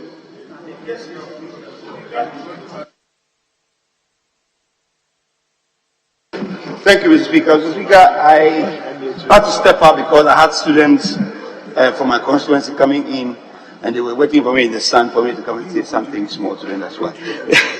But thank you for the opportunity. Mr. Speaker, having the opportunity to listen to the minister and of course my colleagues with their contributions, I think that the emphasis of trying to, as it were, rely on government alone to take care of these renal diseases, for me, should be looked at again. Mr. Speaker, this is a disease that is prevalent in black Africans, I would say 3 times greater to affect a black man than a white man. And even worse of it is the fact that people who are already on pension are 34% prone to this disease as compared to energetic young men and of course people who are within the confines of being termed stronger generation. So therefore it stands to reason that something has to be done outside the box, instead of thinking all the time of the government taking it upon themselves to resolve such problems. Mr. Speaker, if you travel outside, even in the developed countries where these diseases are not common, almost every corner that you turn, you might find a dialysis center operated privately. I will call upon the private sector to, as it were, indulge in the construction, of course, the opening of such centers to aid government in handling renal diseases in the country. Mr. Speaker, if this will be possible, however, then it means that government should find a way to either remove or reduce taxes on equipment and materials that are required for these centers to operate. That will be government's contribution to, ensure that we have these centers scattering around instead of traveling all the way from Tema to Kolebu to go and lie on a dialysis machine for 1-2 hours and going back home 3 times every week. If we have such centers around where I live, then I need to only travel maybe 10-15 minutes to go and do this exercise and come back home. The Speaker, it speaks volumes and it saves lives. It's also important, Mr. Speaker, that at a point, we need to find a way to, as it were, identify donors, people who are prepared to donate their parts in times of crisis or in times where they don't have any use for this part anymore. Why do I say this? If you see driving licenses of people in the developed areas, Mr. Speaker, there's a color that indicates whether you are prepared to become a donor or not. So in times whereby you are involved in an accident, which critical conditions and makes it that you cannot survive, your body parts or some of your part of your body, body parts, is taken out to, as it were, make somebody else survive. And I think that it's high time we start considering these things to see how it will augment the survival level of people with renal diseases. The Speaker, last but not the least, will be an advice to the ministry to see how we can find prophylactic ways to, as it were, handle these situations. We don't have to wait for the disease to catch up with us before we start looking for ways and means to treat ourselves.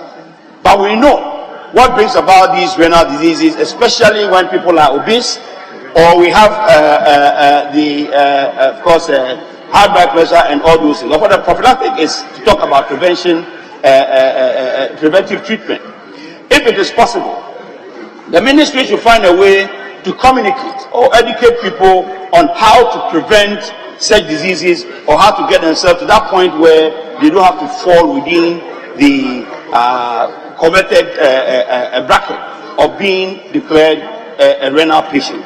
Mr. Speaker, with these few words, I'd like to thank the Minister for a very elaborate insight into what I term a good forward march. Thank you very much, Mr. Speaker.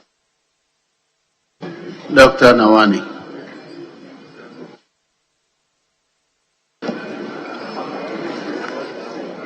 Thank you, Mr. Speaker, for the opportunity. Mr. Speaker, we had a medical emergency. An emergency that occurred somewhere in May, or even before May, the signs were there. We did not do anything about it. Indeed, in August, the Kolebu Teaching Hospital made the subsidiary legislation. That is that committee in Parliament that handles fees and charges. This issue did not come up. I was at a meeting, I'm a member of that committee. This issue did not come up. We had the Ministry of Finance there. The Health Committee, about 2 or 3 of us were there. And I can testify that this issue did not come up. What has happened today is a systemic failure. A failure that Kolebu, the Ministry of Health, the Ministry of Finance, and even Parliament cannot be absolved of blame. We need to blame ourselves. We have to wait for 19 people to die. 19 good Ghanaians. 19 good voters to die before we woke up from our slumber. Mr. Speaker, looking through the document, I'll say a very good thank you to the Minister of Health for bringing it up, but it is a bit too late. I wish that it had come a bit earlier for us to discuss it. You will see that Kolebu had a contract of 10 years with the company in South Africa. That is the Fresenius Medical Care South Africa. 10 years contract where they were supposed to supply the machines and they were supposed to supply the consumables. Possibly consumables that are specific to that company. In other words, Kolebu has to get those consumables from that company or nowhere else. Mr. Speaker, 10 years in the medical field in terms of technology is too much. It's too much. I believe within the 5-6 years, Kolebu has been knocked out of the market. In other words, there are people in the private sector that can provide this service cheaper than Kolebu now. And that is what we Ghanaians do not even understand. Kolebu be a government facility providing the same service at a higher price. And this is what we have to guide against. The ministry have to guide against. This is what a parliament we have to guide against. So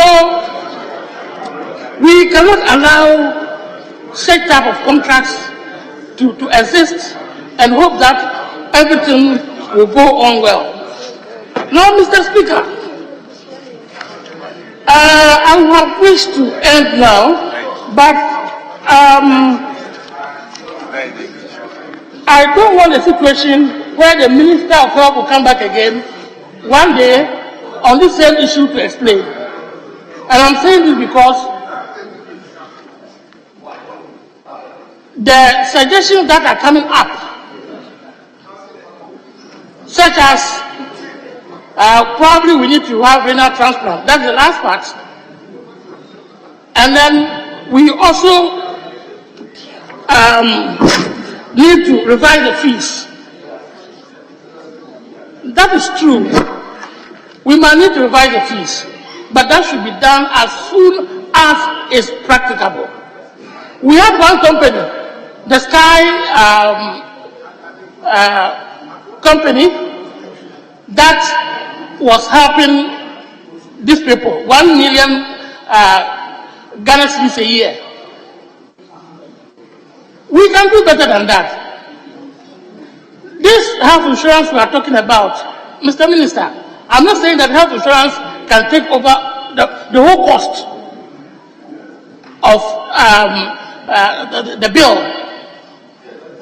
But if an individual can provide 1 million that can sustain the system, what it means is that health insurance can do some part payments or a seed money to get a fund in place where individuals can also contribute to ensure that we do some co-payment for them or some amount of money for them.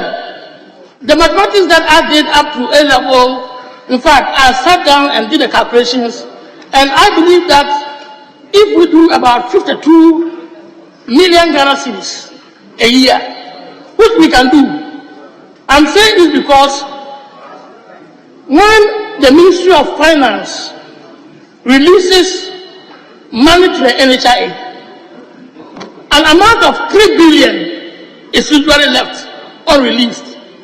If you take the last year's budget,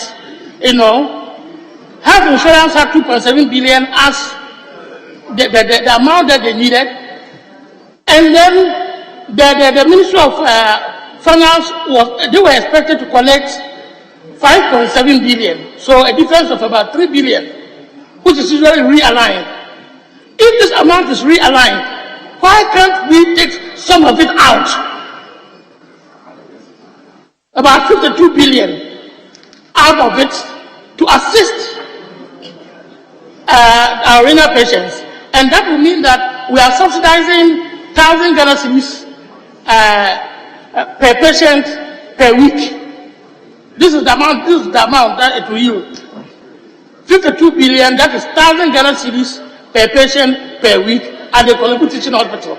And then we can have them having this dialysis. But with the way we are going, if we are going to increase the fees and everything, and we just wouldn't think beyond what we are doing, then I'm afraid that within a matter of 2-3 months or even 6 months, the Minister of Health will be here again to explain to us why the Kolebu Teaching Hospital renal unit has been locked again. Thank you. Yes.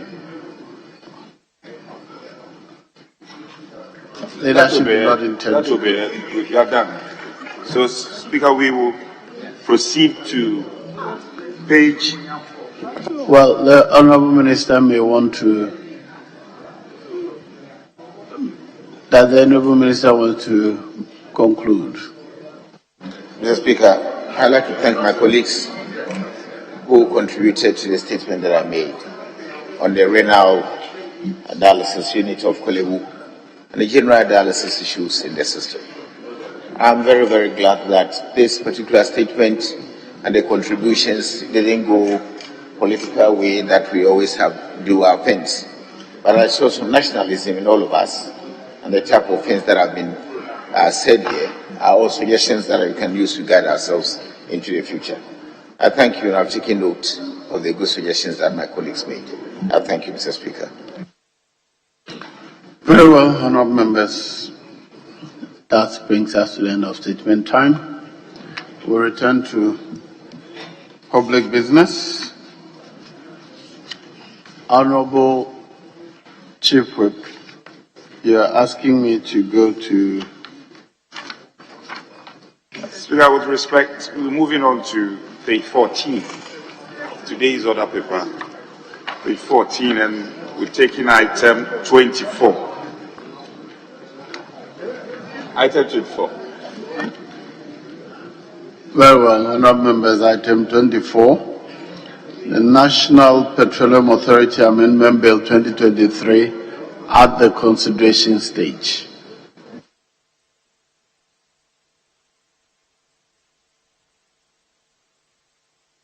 Right, Honourable Speaker.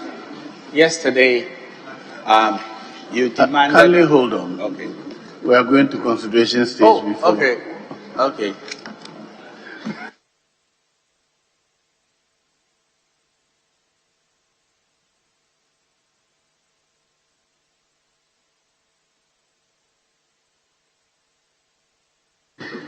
Yes. Now we were on clause 4. We Yes. deferred consideration of clause 4 yesterday. Yes. Honourable Speaker, I'm very grateful that you are educating me about the power of the maize. I'm very grateful.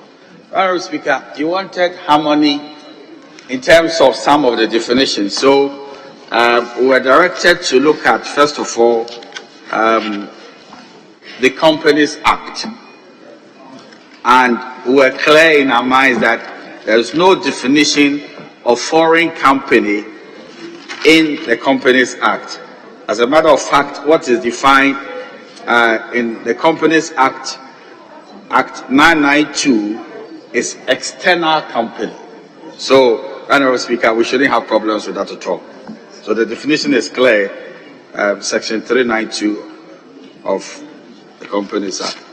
We also paid regard to the Ghana Investment Promotion Center Act, 2023, Act 865. And with the greatest of respect, Honourable Speaker, at the interpretation section, what we found was foreign investor defined. That is section 43.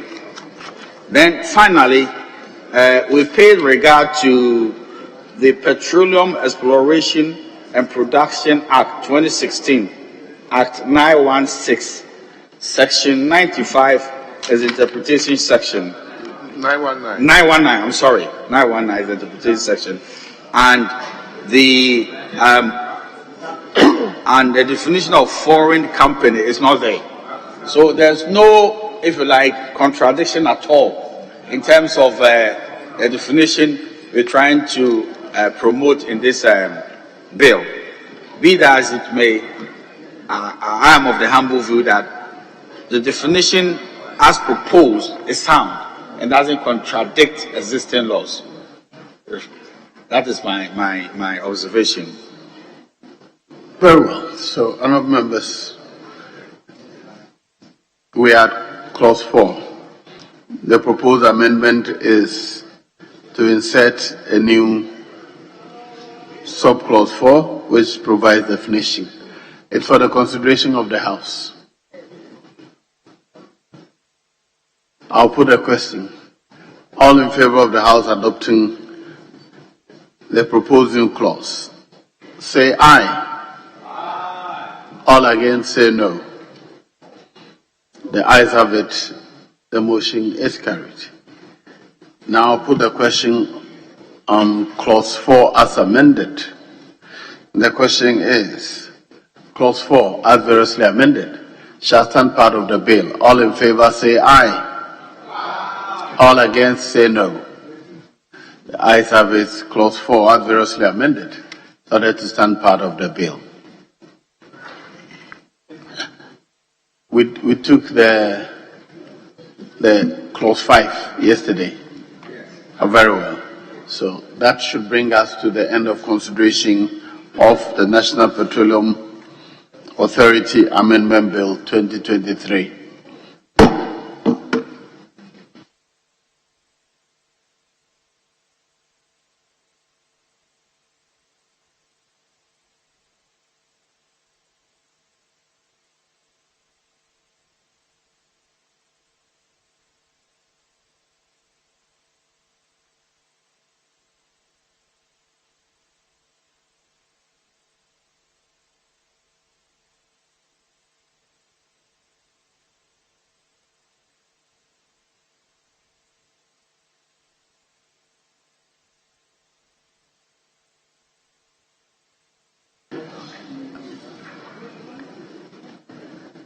Honourable members, I'm advised that we didn't do the long title.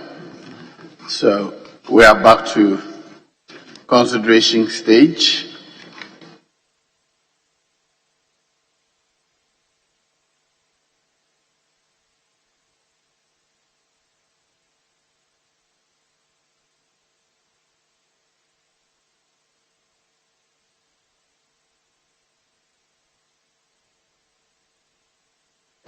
The National Petroleum Authority Amendment Bill 2023 at the constitution stage.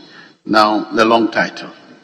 An Act to amend the National Petroleum Authority, the Authority Act 2005 Act 691, to provide for Ghanaian content and Ghanaian participation in the petroleum downstream industry and for related matters. All in favor of the long title being a part of the bill, say aye. All against, say no. The ayes have it. The long title is ordered to stand part of the bill. That now brings us to the end of consideration of the National Petroleum Amendment Bill 2023.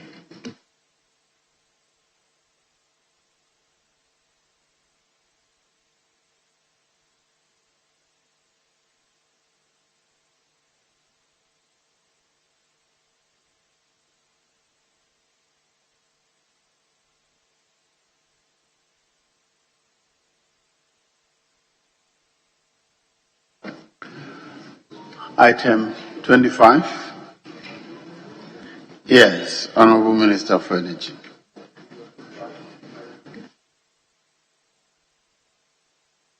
That item listed 25 on page 14 of this other paper, that notwithstanding the provisions of Standing Order 1311, which require that when a bill has passed through the consideration stage, the third reading thereof shall not be taken at least 24 hours have elapsed. The motion for the third reading of the National Petroleum Authority Amendment Bill 23 may be moved today. Thank you. Yes. Honorable Speaker, I second the motion. Honourable members, the motion, the procedural motion has been moved and seconded. All in favour of the House adopting the procedural motion, say aye. All against, say no. The ayes have it. The motion is adopted. Now I'll proceed to item 26. Motion by the Honourable Minister. Mr. Speaker, I move that item 26 on today's order paper be moved that the National Petroleum Authority Amendment Bill 2023 be now read the third time. Thank you.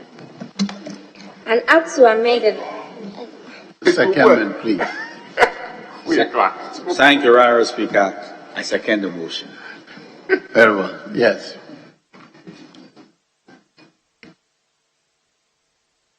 Honourable members, the motion for third reading has been moved and seconded.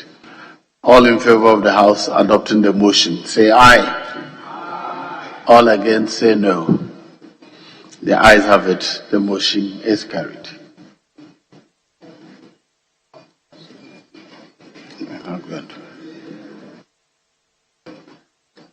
Honourable members, the National Petroleum Authority Amendment Bill 2023 is now duly read a third time and passed. An act to amend the National Petroleum Authority Act 2005, Act 691, to provide for Ghanaian content and Ghanaian participation in the petroleum downstream industry and for related matters. Passed.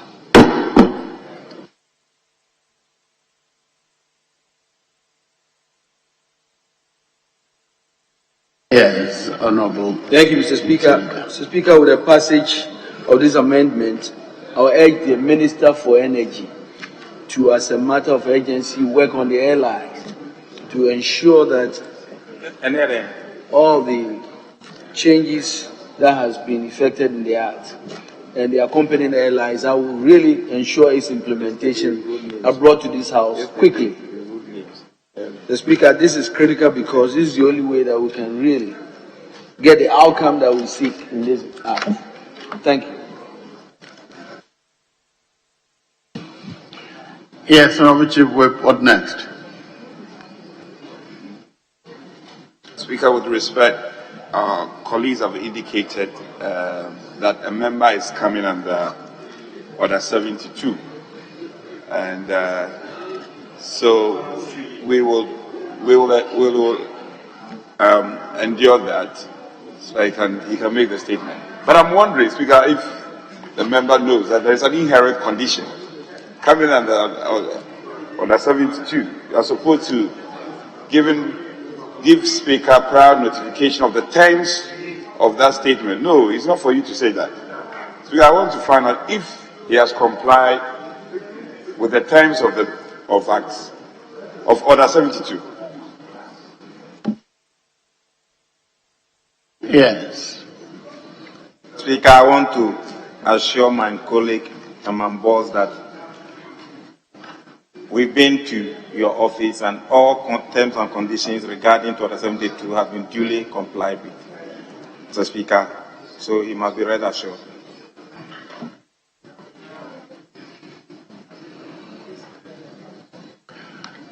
Yes, and our members, the terms of the statement were drawn to my attention, and I advise that it comes under Order 72 in view of the discussion we had earlier. So you may make your statement under Order 72. Thank you, Mr. Speaker, to let me come under Order 72 to make this public interest statement. Thank you, Right Honourable Speaker, for the opportunity to make this very important statement on the disturbing violence attack on my constituents on Monday, November 6, 2023. Mr. Speaker, I must say I am deeply saddened and disturbed by the recent attacks on the small-scale salt miners along the Songo Lagoon enclave in my constituency. It is extremely alarming that these hardworking individuals who are simply trying to make a living have become targets of violence. Mr. Speaker, the reports I received indicated that the residents were in their designated salt mining sites, a long-held sources of livelihood since 1960s. And all of a sudden, a team of young men from Electrochem Company and a police patrol team appear at the scene and try to seize their working tools, which resulted into firing of gunshots, killing one of them, or killing one person. The day of the incident, I, together with the regional police commander and his team, visited the community and had a meeting with the chiefs and traditional leaders to assure them of their safety before proceeding together with the chiefs to the scene where the person was killed. But, Mr. Speaker, this raises serious concern about the safety and security of our local communities. This is becoming unbecoming, as residents allege that this is happening because of Electrochem's presence and operations in the area.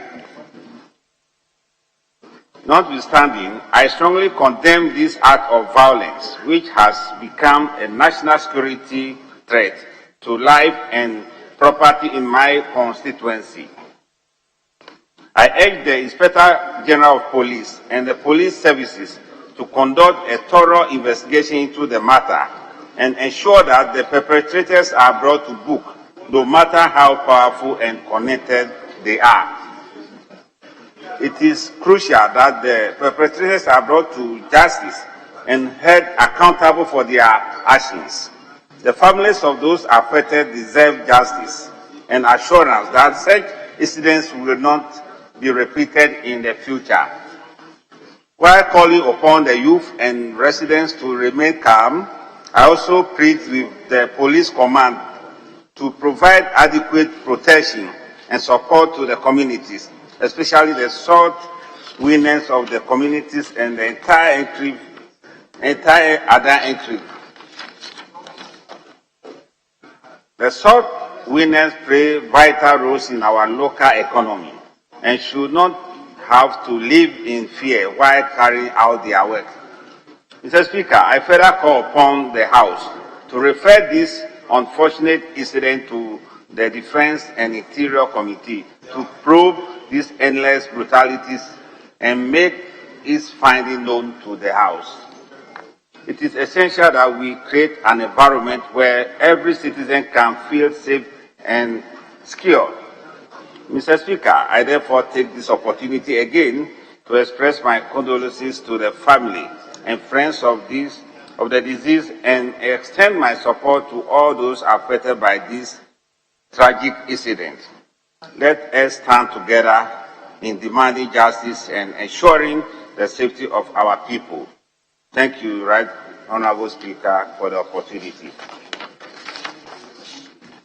Very well. I'll admit one comment from either side. Yes. Honorable Member Father. Thank you, Mr. Speaker, for the opportunity to add my voice to the statement made by our able MP for Sege constituency in connection with Electrochem and Sege community members. Mr. Speaker, on the 6th of November 2020, I was here when I chanced on a committee report from Committee of Mines and Energy, and I saw Electrochem in it that Ada Sege Songo have been allocated to him. Mr. Speaker, I don't belong to Energy and Mines Committee, neither Otute belonged to it. So we saw it here, which we have no knowledge about it, but we saw it here and it was debated here. Mr. Speaker, the approval was given by the House, which we as individual MPs cannot do anything about it, and we cannot fight it here because the House has given approval. But today, it's like me, Comfort Doyo Kujo, and Christian Otute were the two people who brought the document here to sign and send it to Madam to come and work in Ada. Mr. Speaker, I want to state emphatically that this is a house of records. We have no hands in it. As two MPs from the area, we don't know anything allocation. We just chance on it here. Mr. Speaker, it's good to have investors. Madam is an investor. He has been allocated a place, is allocated somewhere Lagoon to work there. Mr. Speaker, we can't say we don't want investors. But my view is, when you go to Ashanti region and there is land for gold, we also have that sort as white gold. And in the Ashanti region, they didn't give the whole allocation to Ashanti gold. There was space for the other people to do galamsey there. Mr. Speaker, Somo Lagoon, even our galamsey does not pollute water. They should give a space for some of the indigenous, so that they can also work to bring peace. Madam can also work. The indigenous too should work. Mr. Speaker, now it looks as if, now if they are speaking, it's like me and Otute went and brought Madam, and Madam has come to disturb them. We have no hands. We don't know anything. When the committee was working on it, we were not even invited as MPs for the area to listen to what they were allocating to him.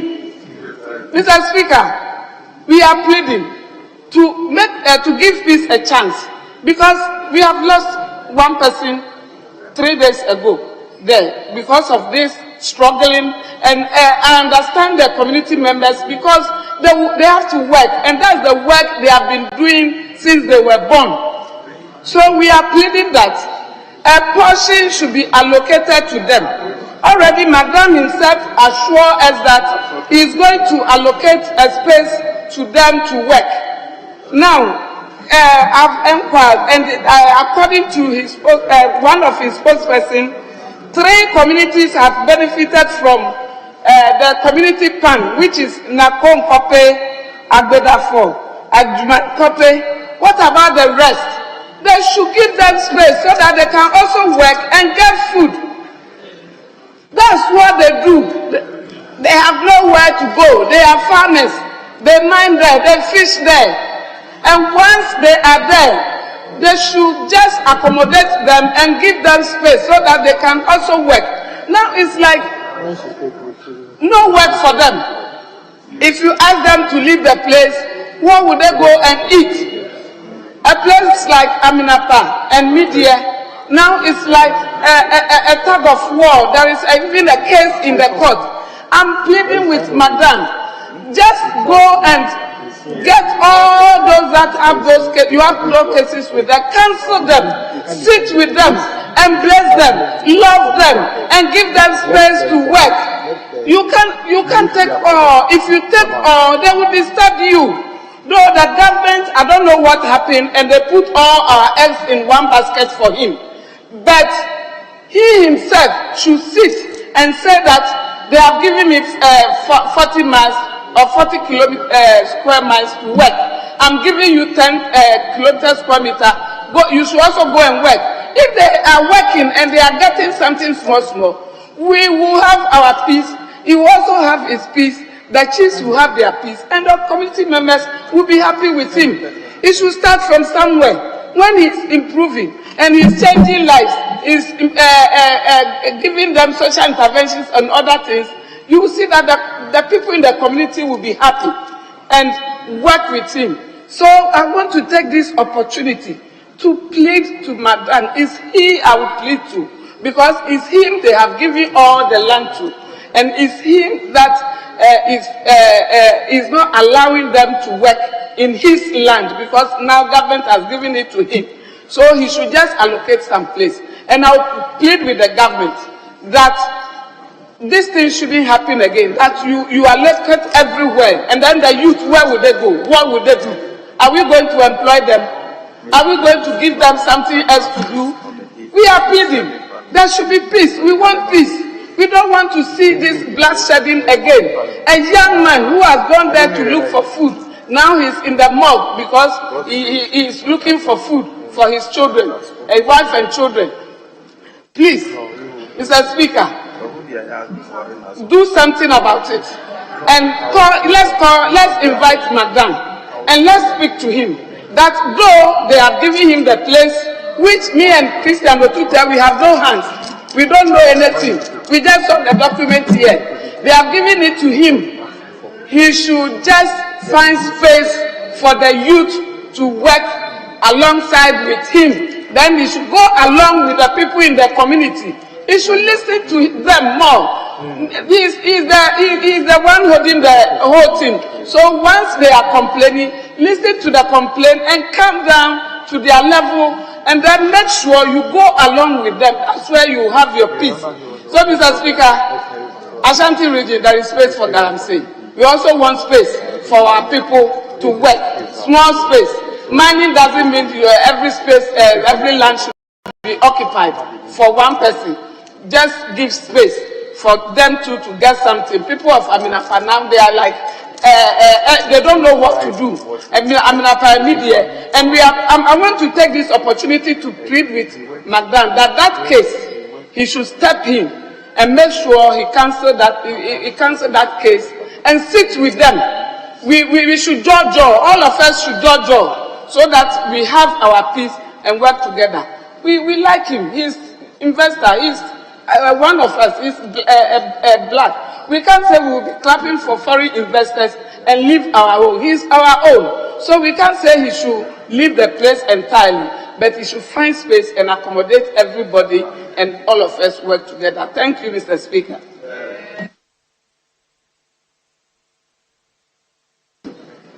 I thought another person from here, but you don't have any concession in your constituency. Well, let me listen to you. Thank you very much, Right Honourable Speaker, for the opportunity to contribute to the statement made by my colleague. Mr. Speaker, we usually complain about the fact that foreign companies come, and when they set up, in spite of the fact that we have the local content laws and everything, a lot of our indigenous persons get squeezed out of opportunities because they are not given the appropriate training to make them employable for those specific roles when those companies actually take off. Mr. Speaker, I think it's long overdue that we should have situations, given the high unemployment rate in Ghana, that whenever companies are set up, whether they are by local or foreign persons, there must be a quota for the indigenous people. And if the land that belongs to the people is being taken over for private businesses, the people whose land it is must have some kind of shareholding within that particular company, so that some of the profit that will be made from that company goes back into the community, provision of employment for people in the community, not just at the menial level, but for them to be trained, their capacity to be built, so that they can have the requisite skills to also occupy middle management and above such roles in the companies. Otherwise, Mr. Speaker, we keep talking about unemployment rates, but somehow we're not solving the problem, in spite of the fact that companies are opening up all over the country, taking over land that belongs to indigenous people for whatever means, and yet somehow provision is not made to build the capacity of the individuals in those communities to ensure that they have equity in whatever is done there, whether it's the land which is calculated in terms of its value in the company and profits moving forward, to ensure that the generations of persons who live in that particular area are not squeezed out of that market because they don't have the requisite skills to participate in whatever skilled labor is required in that particular industry. Mr. Speaker, that on the one side, and then on the second part of that is the violence that we're seeing in the country, where civilians are being attacked, where security personnel are also being attacked. We seem to be becoming a little bit used to this underlying criminality which is taking place, and only have outbursts when there are major incidents where we have clashes between security personnel and persons within certain communities. Mr. Speaker, a closer look needs to be taken at our everyday law enforcement to ensure that individuals are not using the security service personnel for their own agenda, and also by so doing putting our security service personnel in a very negative light, which, given what's happening in the sub-region, we do not want our security service personnel to lose that respect in the eyes of the public, nor for them to become demoralized when it comes to the point where they must put their lives on the line for the citizens of this country. So, Mr. Speaker, these issues keep cropping up, and I think that beyond constantly referring them to the Defense and Interior Committee, some action needs to be taken in real time within our daily lives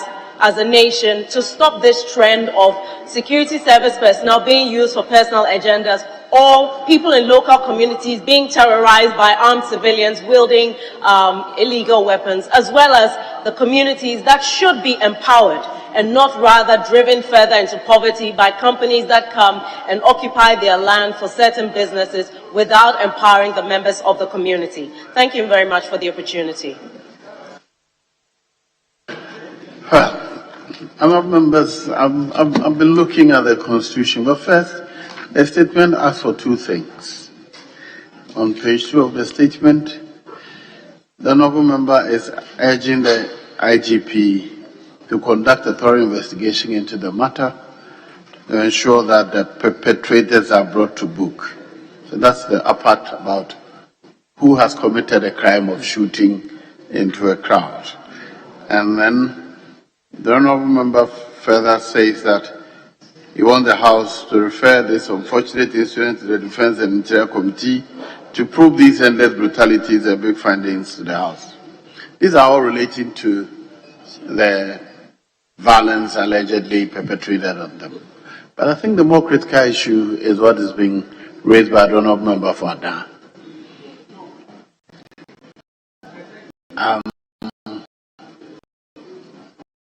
The natural resource is supposed to be for the state.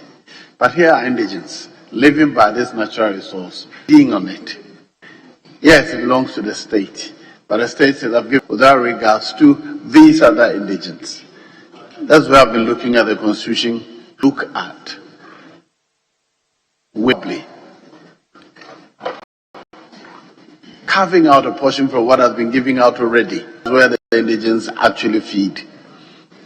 So, I think it's the Committee on Land and Natural Resource. First, I'll direct the Minister for Interior to brief the House about the incident, how violence came to be perpetrated in that, who shot into the crowd, whether the police or the security of the private company. The Minister of Interior should brief the House on that one. After that brief, if there's a need for the Committee of Defense and Interior to look further, we will give the appropriate directions. But I suggest that the Committee on Land and Natural Resource should look at the contract document, the lease document again, visit the site, and advise the House whether it is probable or it is possible to renegotiate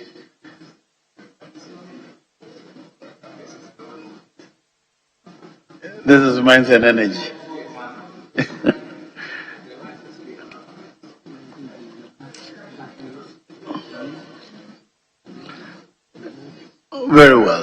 whatever it is, I don't know whether it's lands and natural resource and mines and energy, to look at the whole leasehold agreement again and investigate and advise the House whether it is practicable to renegotiate and leave out some portion for the indigents, and whether, if that is done, whether that will affect the viability of the business or not. If not, advise so that if it is possible, Parliament may revisit the ratification that has already been done. I so direct.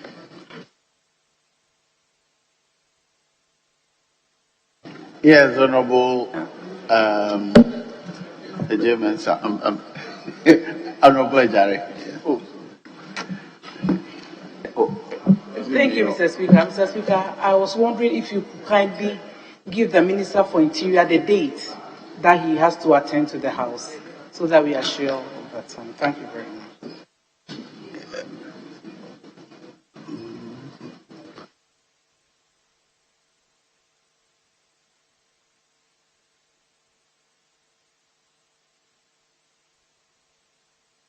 Very well. I'll direct that the Minister addresses the House within the first sitting week of December. Yes.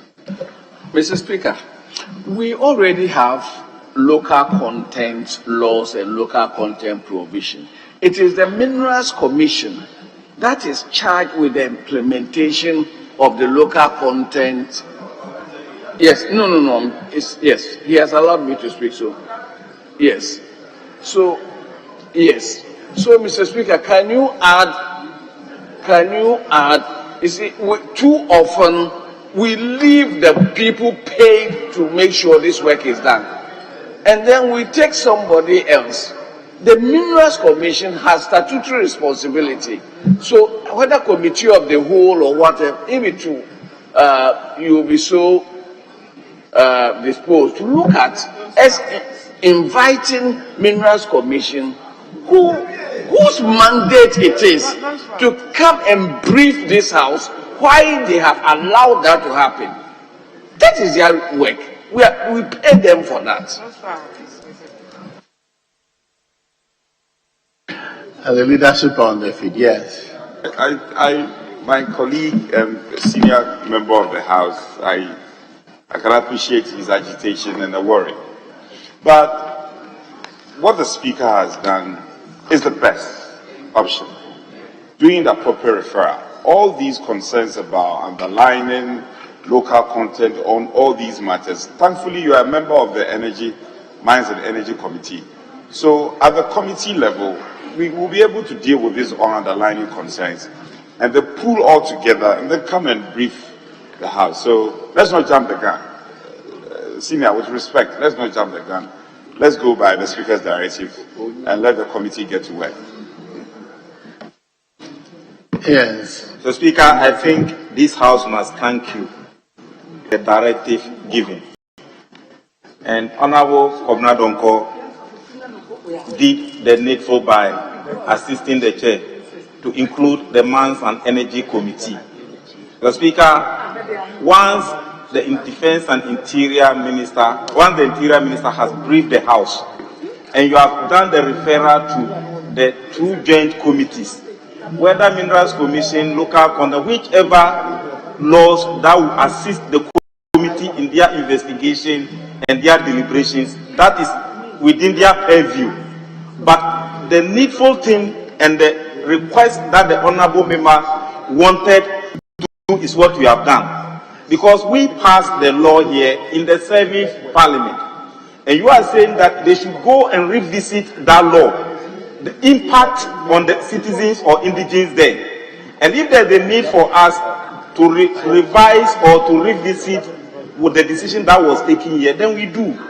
So we must thank you, and Honorable Governor Donko, the best thing is what the Speaker has done, and it's a ruling that he has given. All that we need to do is to make sure that it's complied with, and it must it will bring finality to the daily suffering of the good people of Kadan or Sege, and their representative has called for that and has gotten it. So thank you, Mr. Speaker, for that direction.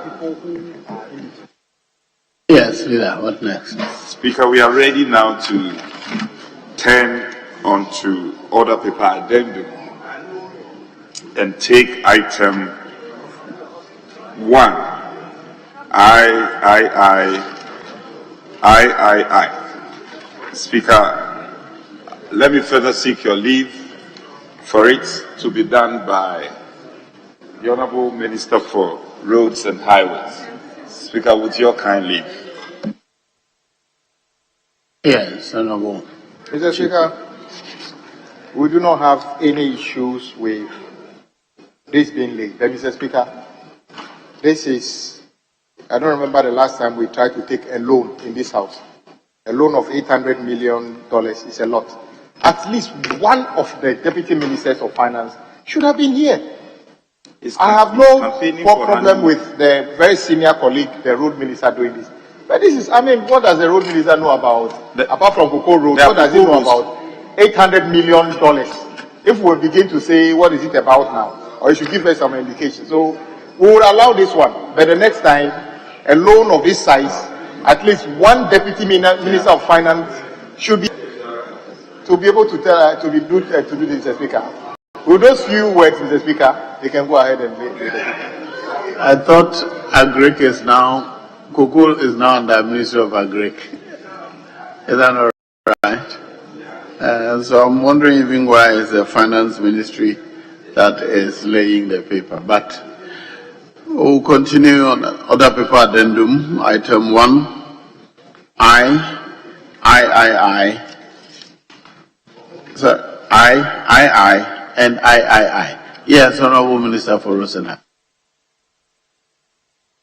Term of receivable backed trade finance facility between Ghana Cocoa Board and a consortium of banks and financial institutions with the government of the Republic of Ghana as guarantor for an amount of up to $800 million United States dollars to finance the purchase of cocoa for the 2023 and 2024 crop season by the Ghana Cocoa Board. Request for waiver of stamp duty amounting to the Ghana cedi equivalent of $4 million United States dollars on the receivable backed trade finance facility between Ghana Cocoa Board and a consortium of banks and financial institutions with the government of the Republic of Ghana as guarantor for an amount of up to $800 million United States dollars to finance the purchase of cocoa for the 2023 and 2024 crop season by the Ghana Cocoa Board. Credit agreement between the government of the Republic of Ghana and the International Development Association of the World Bank Group for an amount of $200 million United States dollars to finance the Ghana tree crop diversification project. The papers are duly presented. They are referred to the Committee on Finance to consider and report.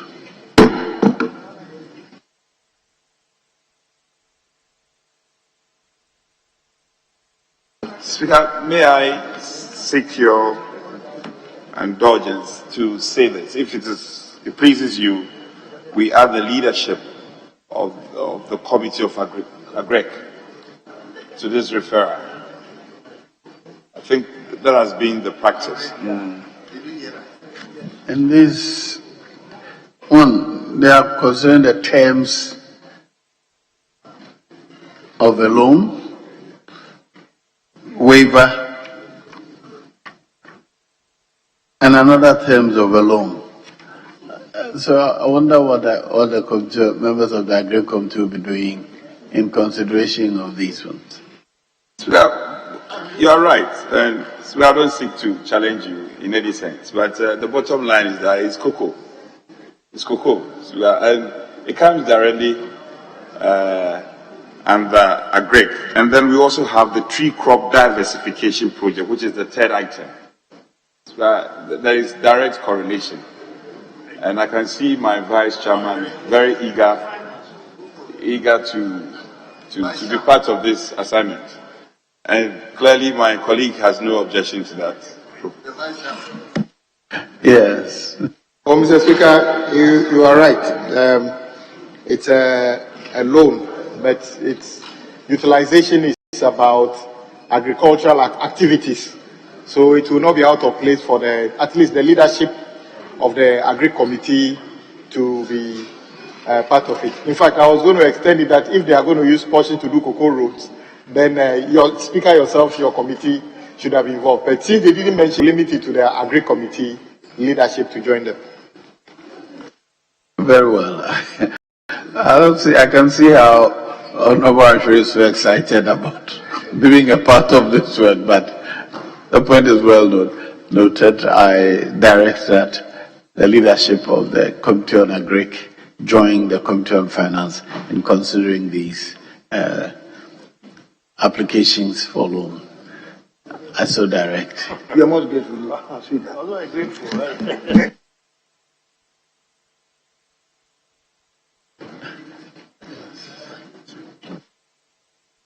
Can I bring proceedings to a close at this point? Speaker, with respect, having regard to the time, I'll move the House to adjourn to tomorrow, 10 o'clock, in the form. I so move. Speaker, I second the motion for adjournment. Honourable members, a motion for adjournment has been moved and seconded. All in favour of the House adjourning to tomorrow, say aye. Did I hear a vote? All in favour of the House adjourning to tomorrow, say aye. All against, say no. I think the ayes have it. The ayes have it. The House is accordingly adjourned to Friday, November 10th, 2023 at 10 o'clock in the forenoon.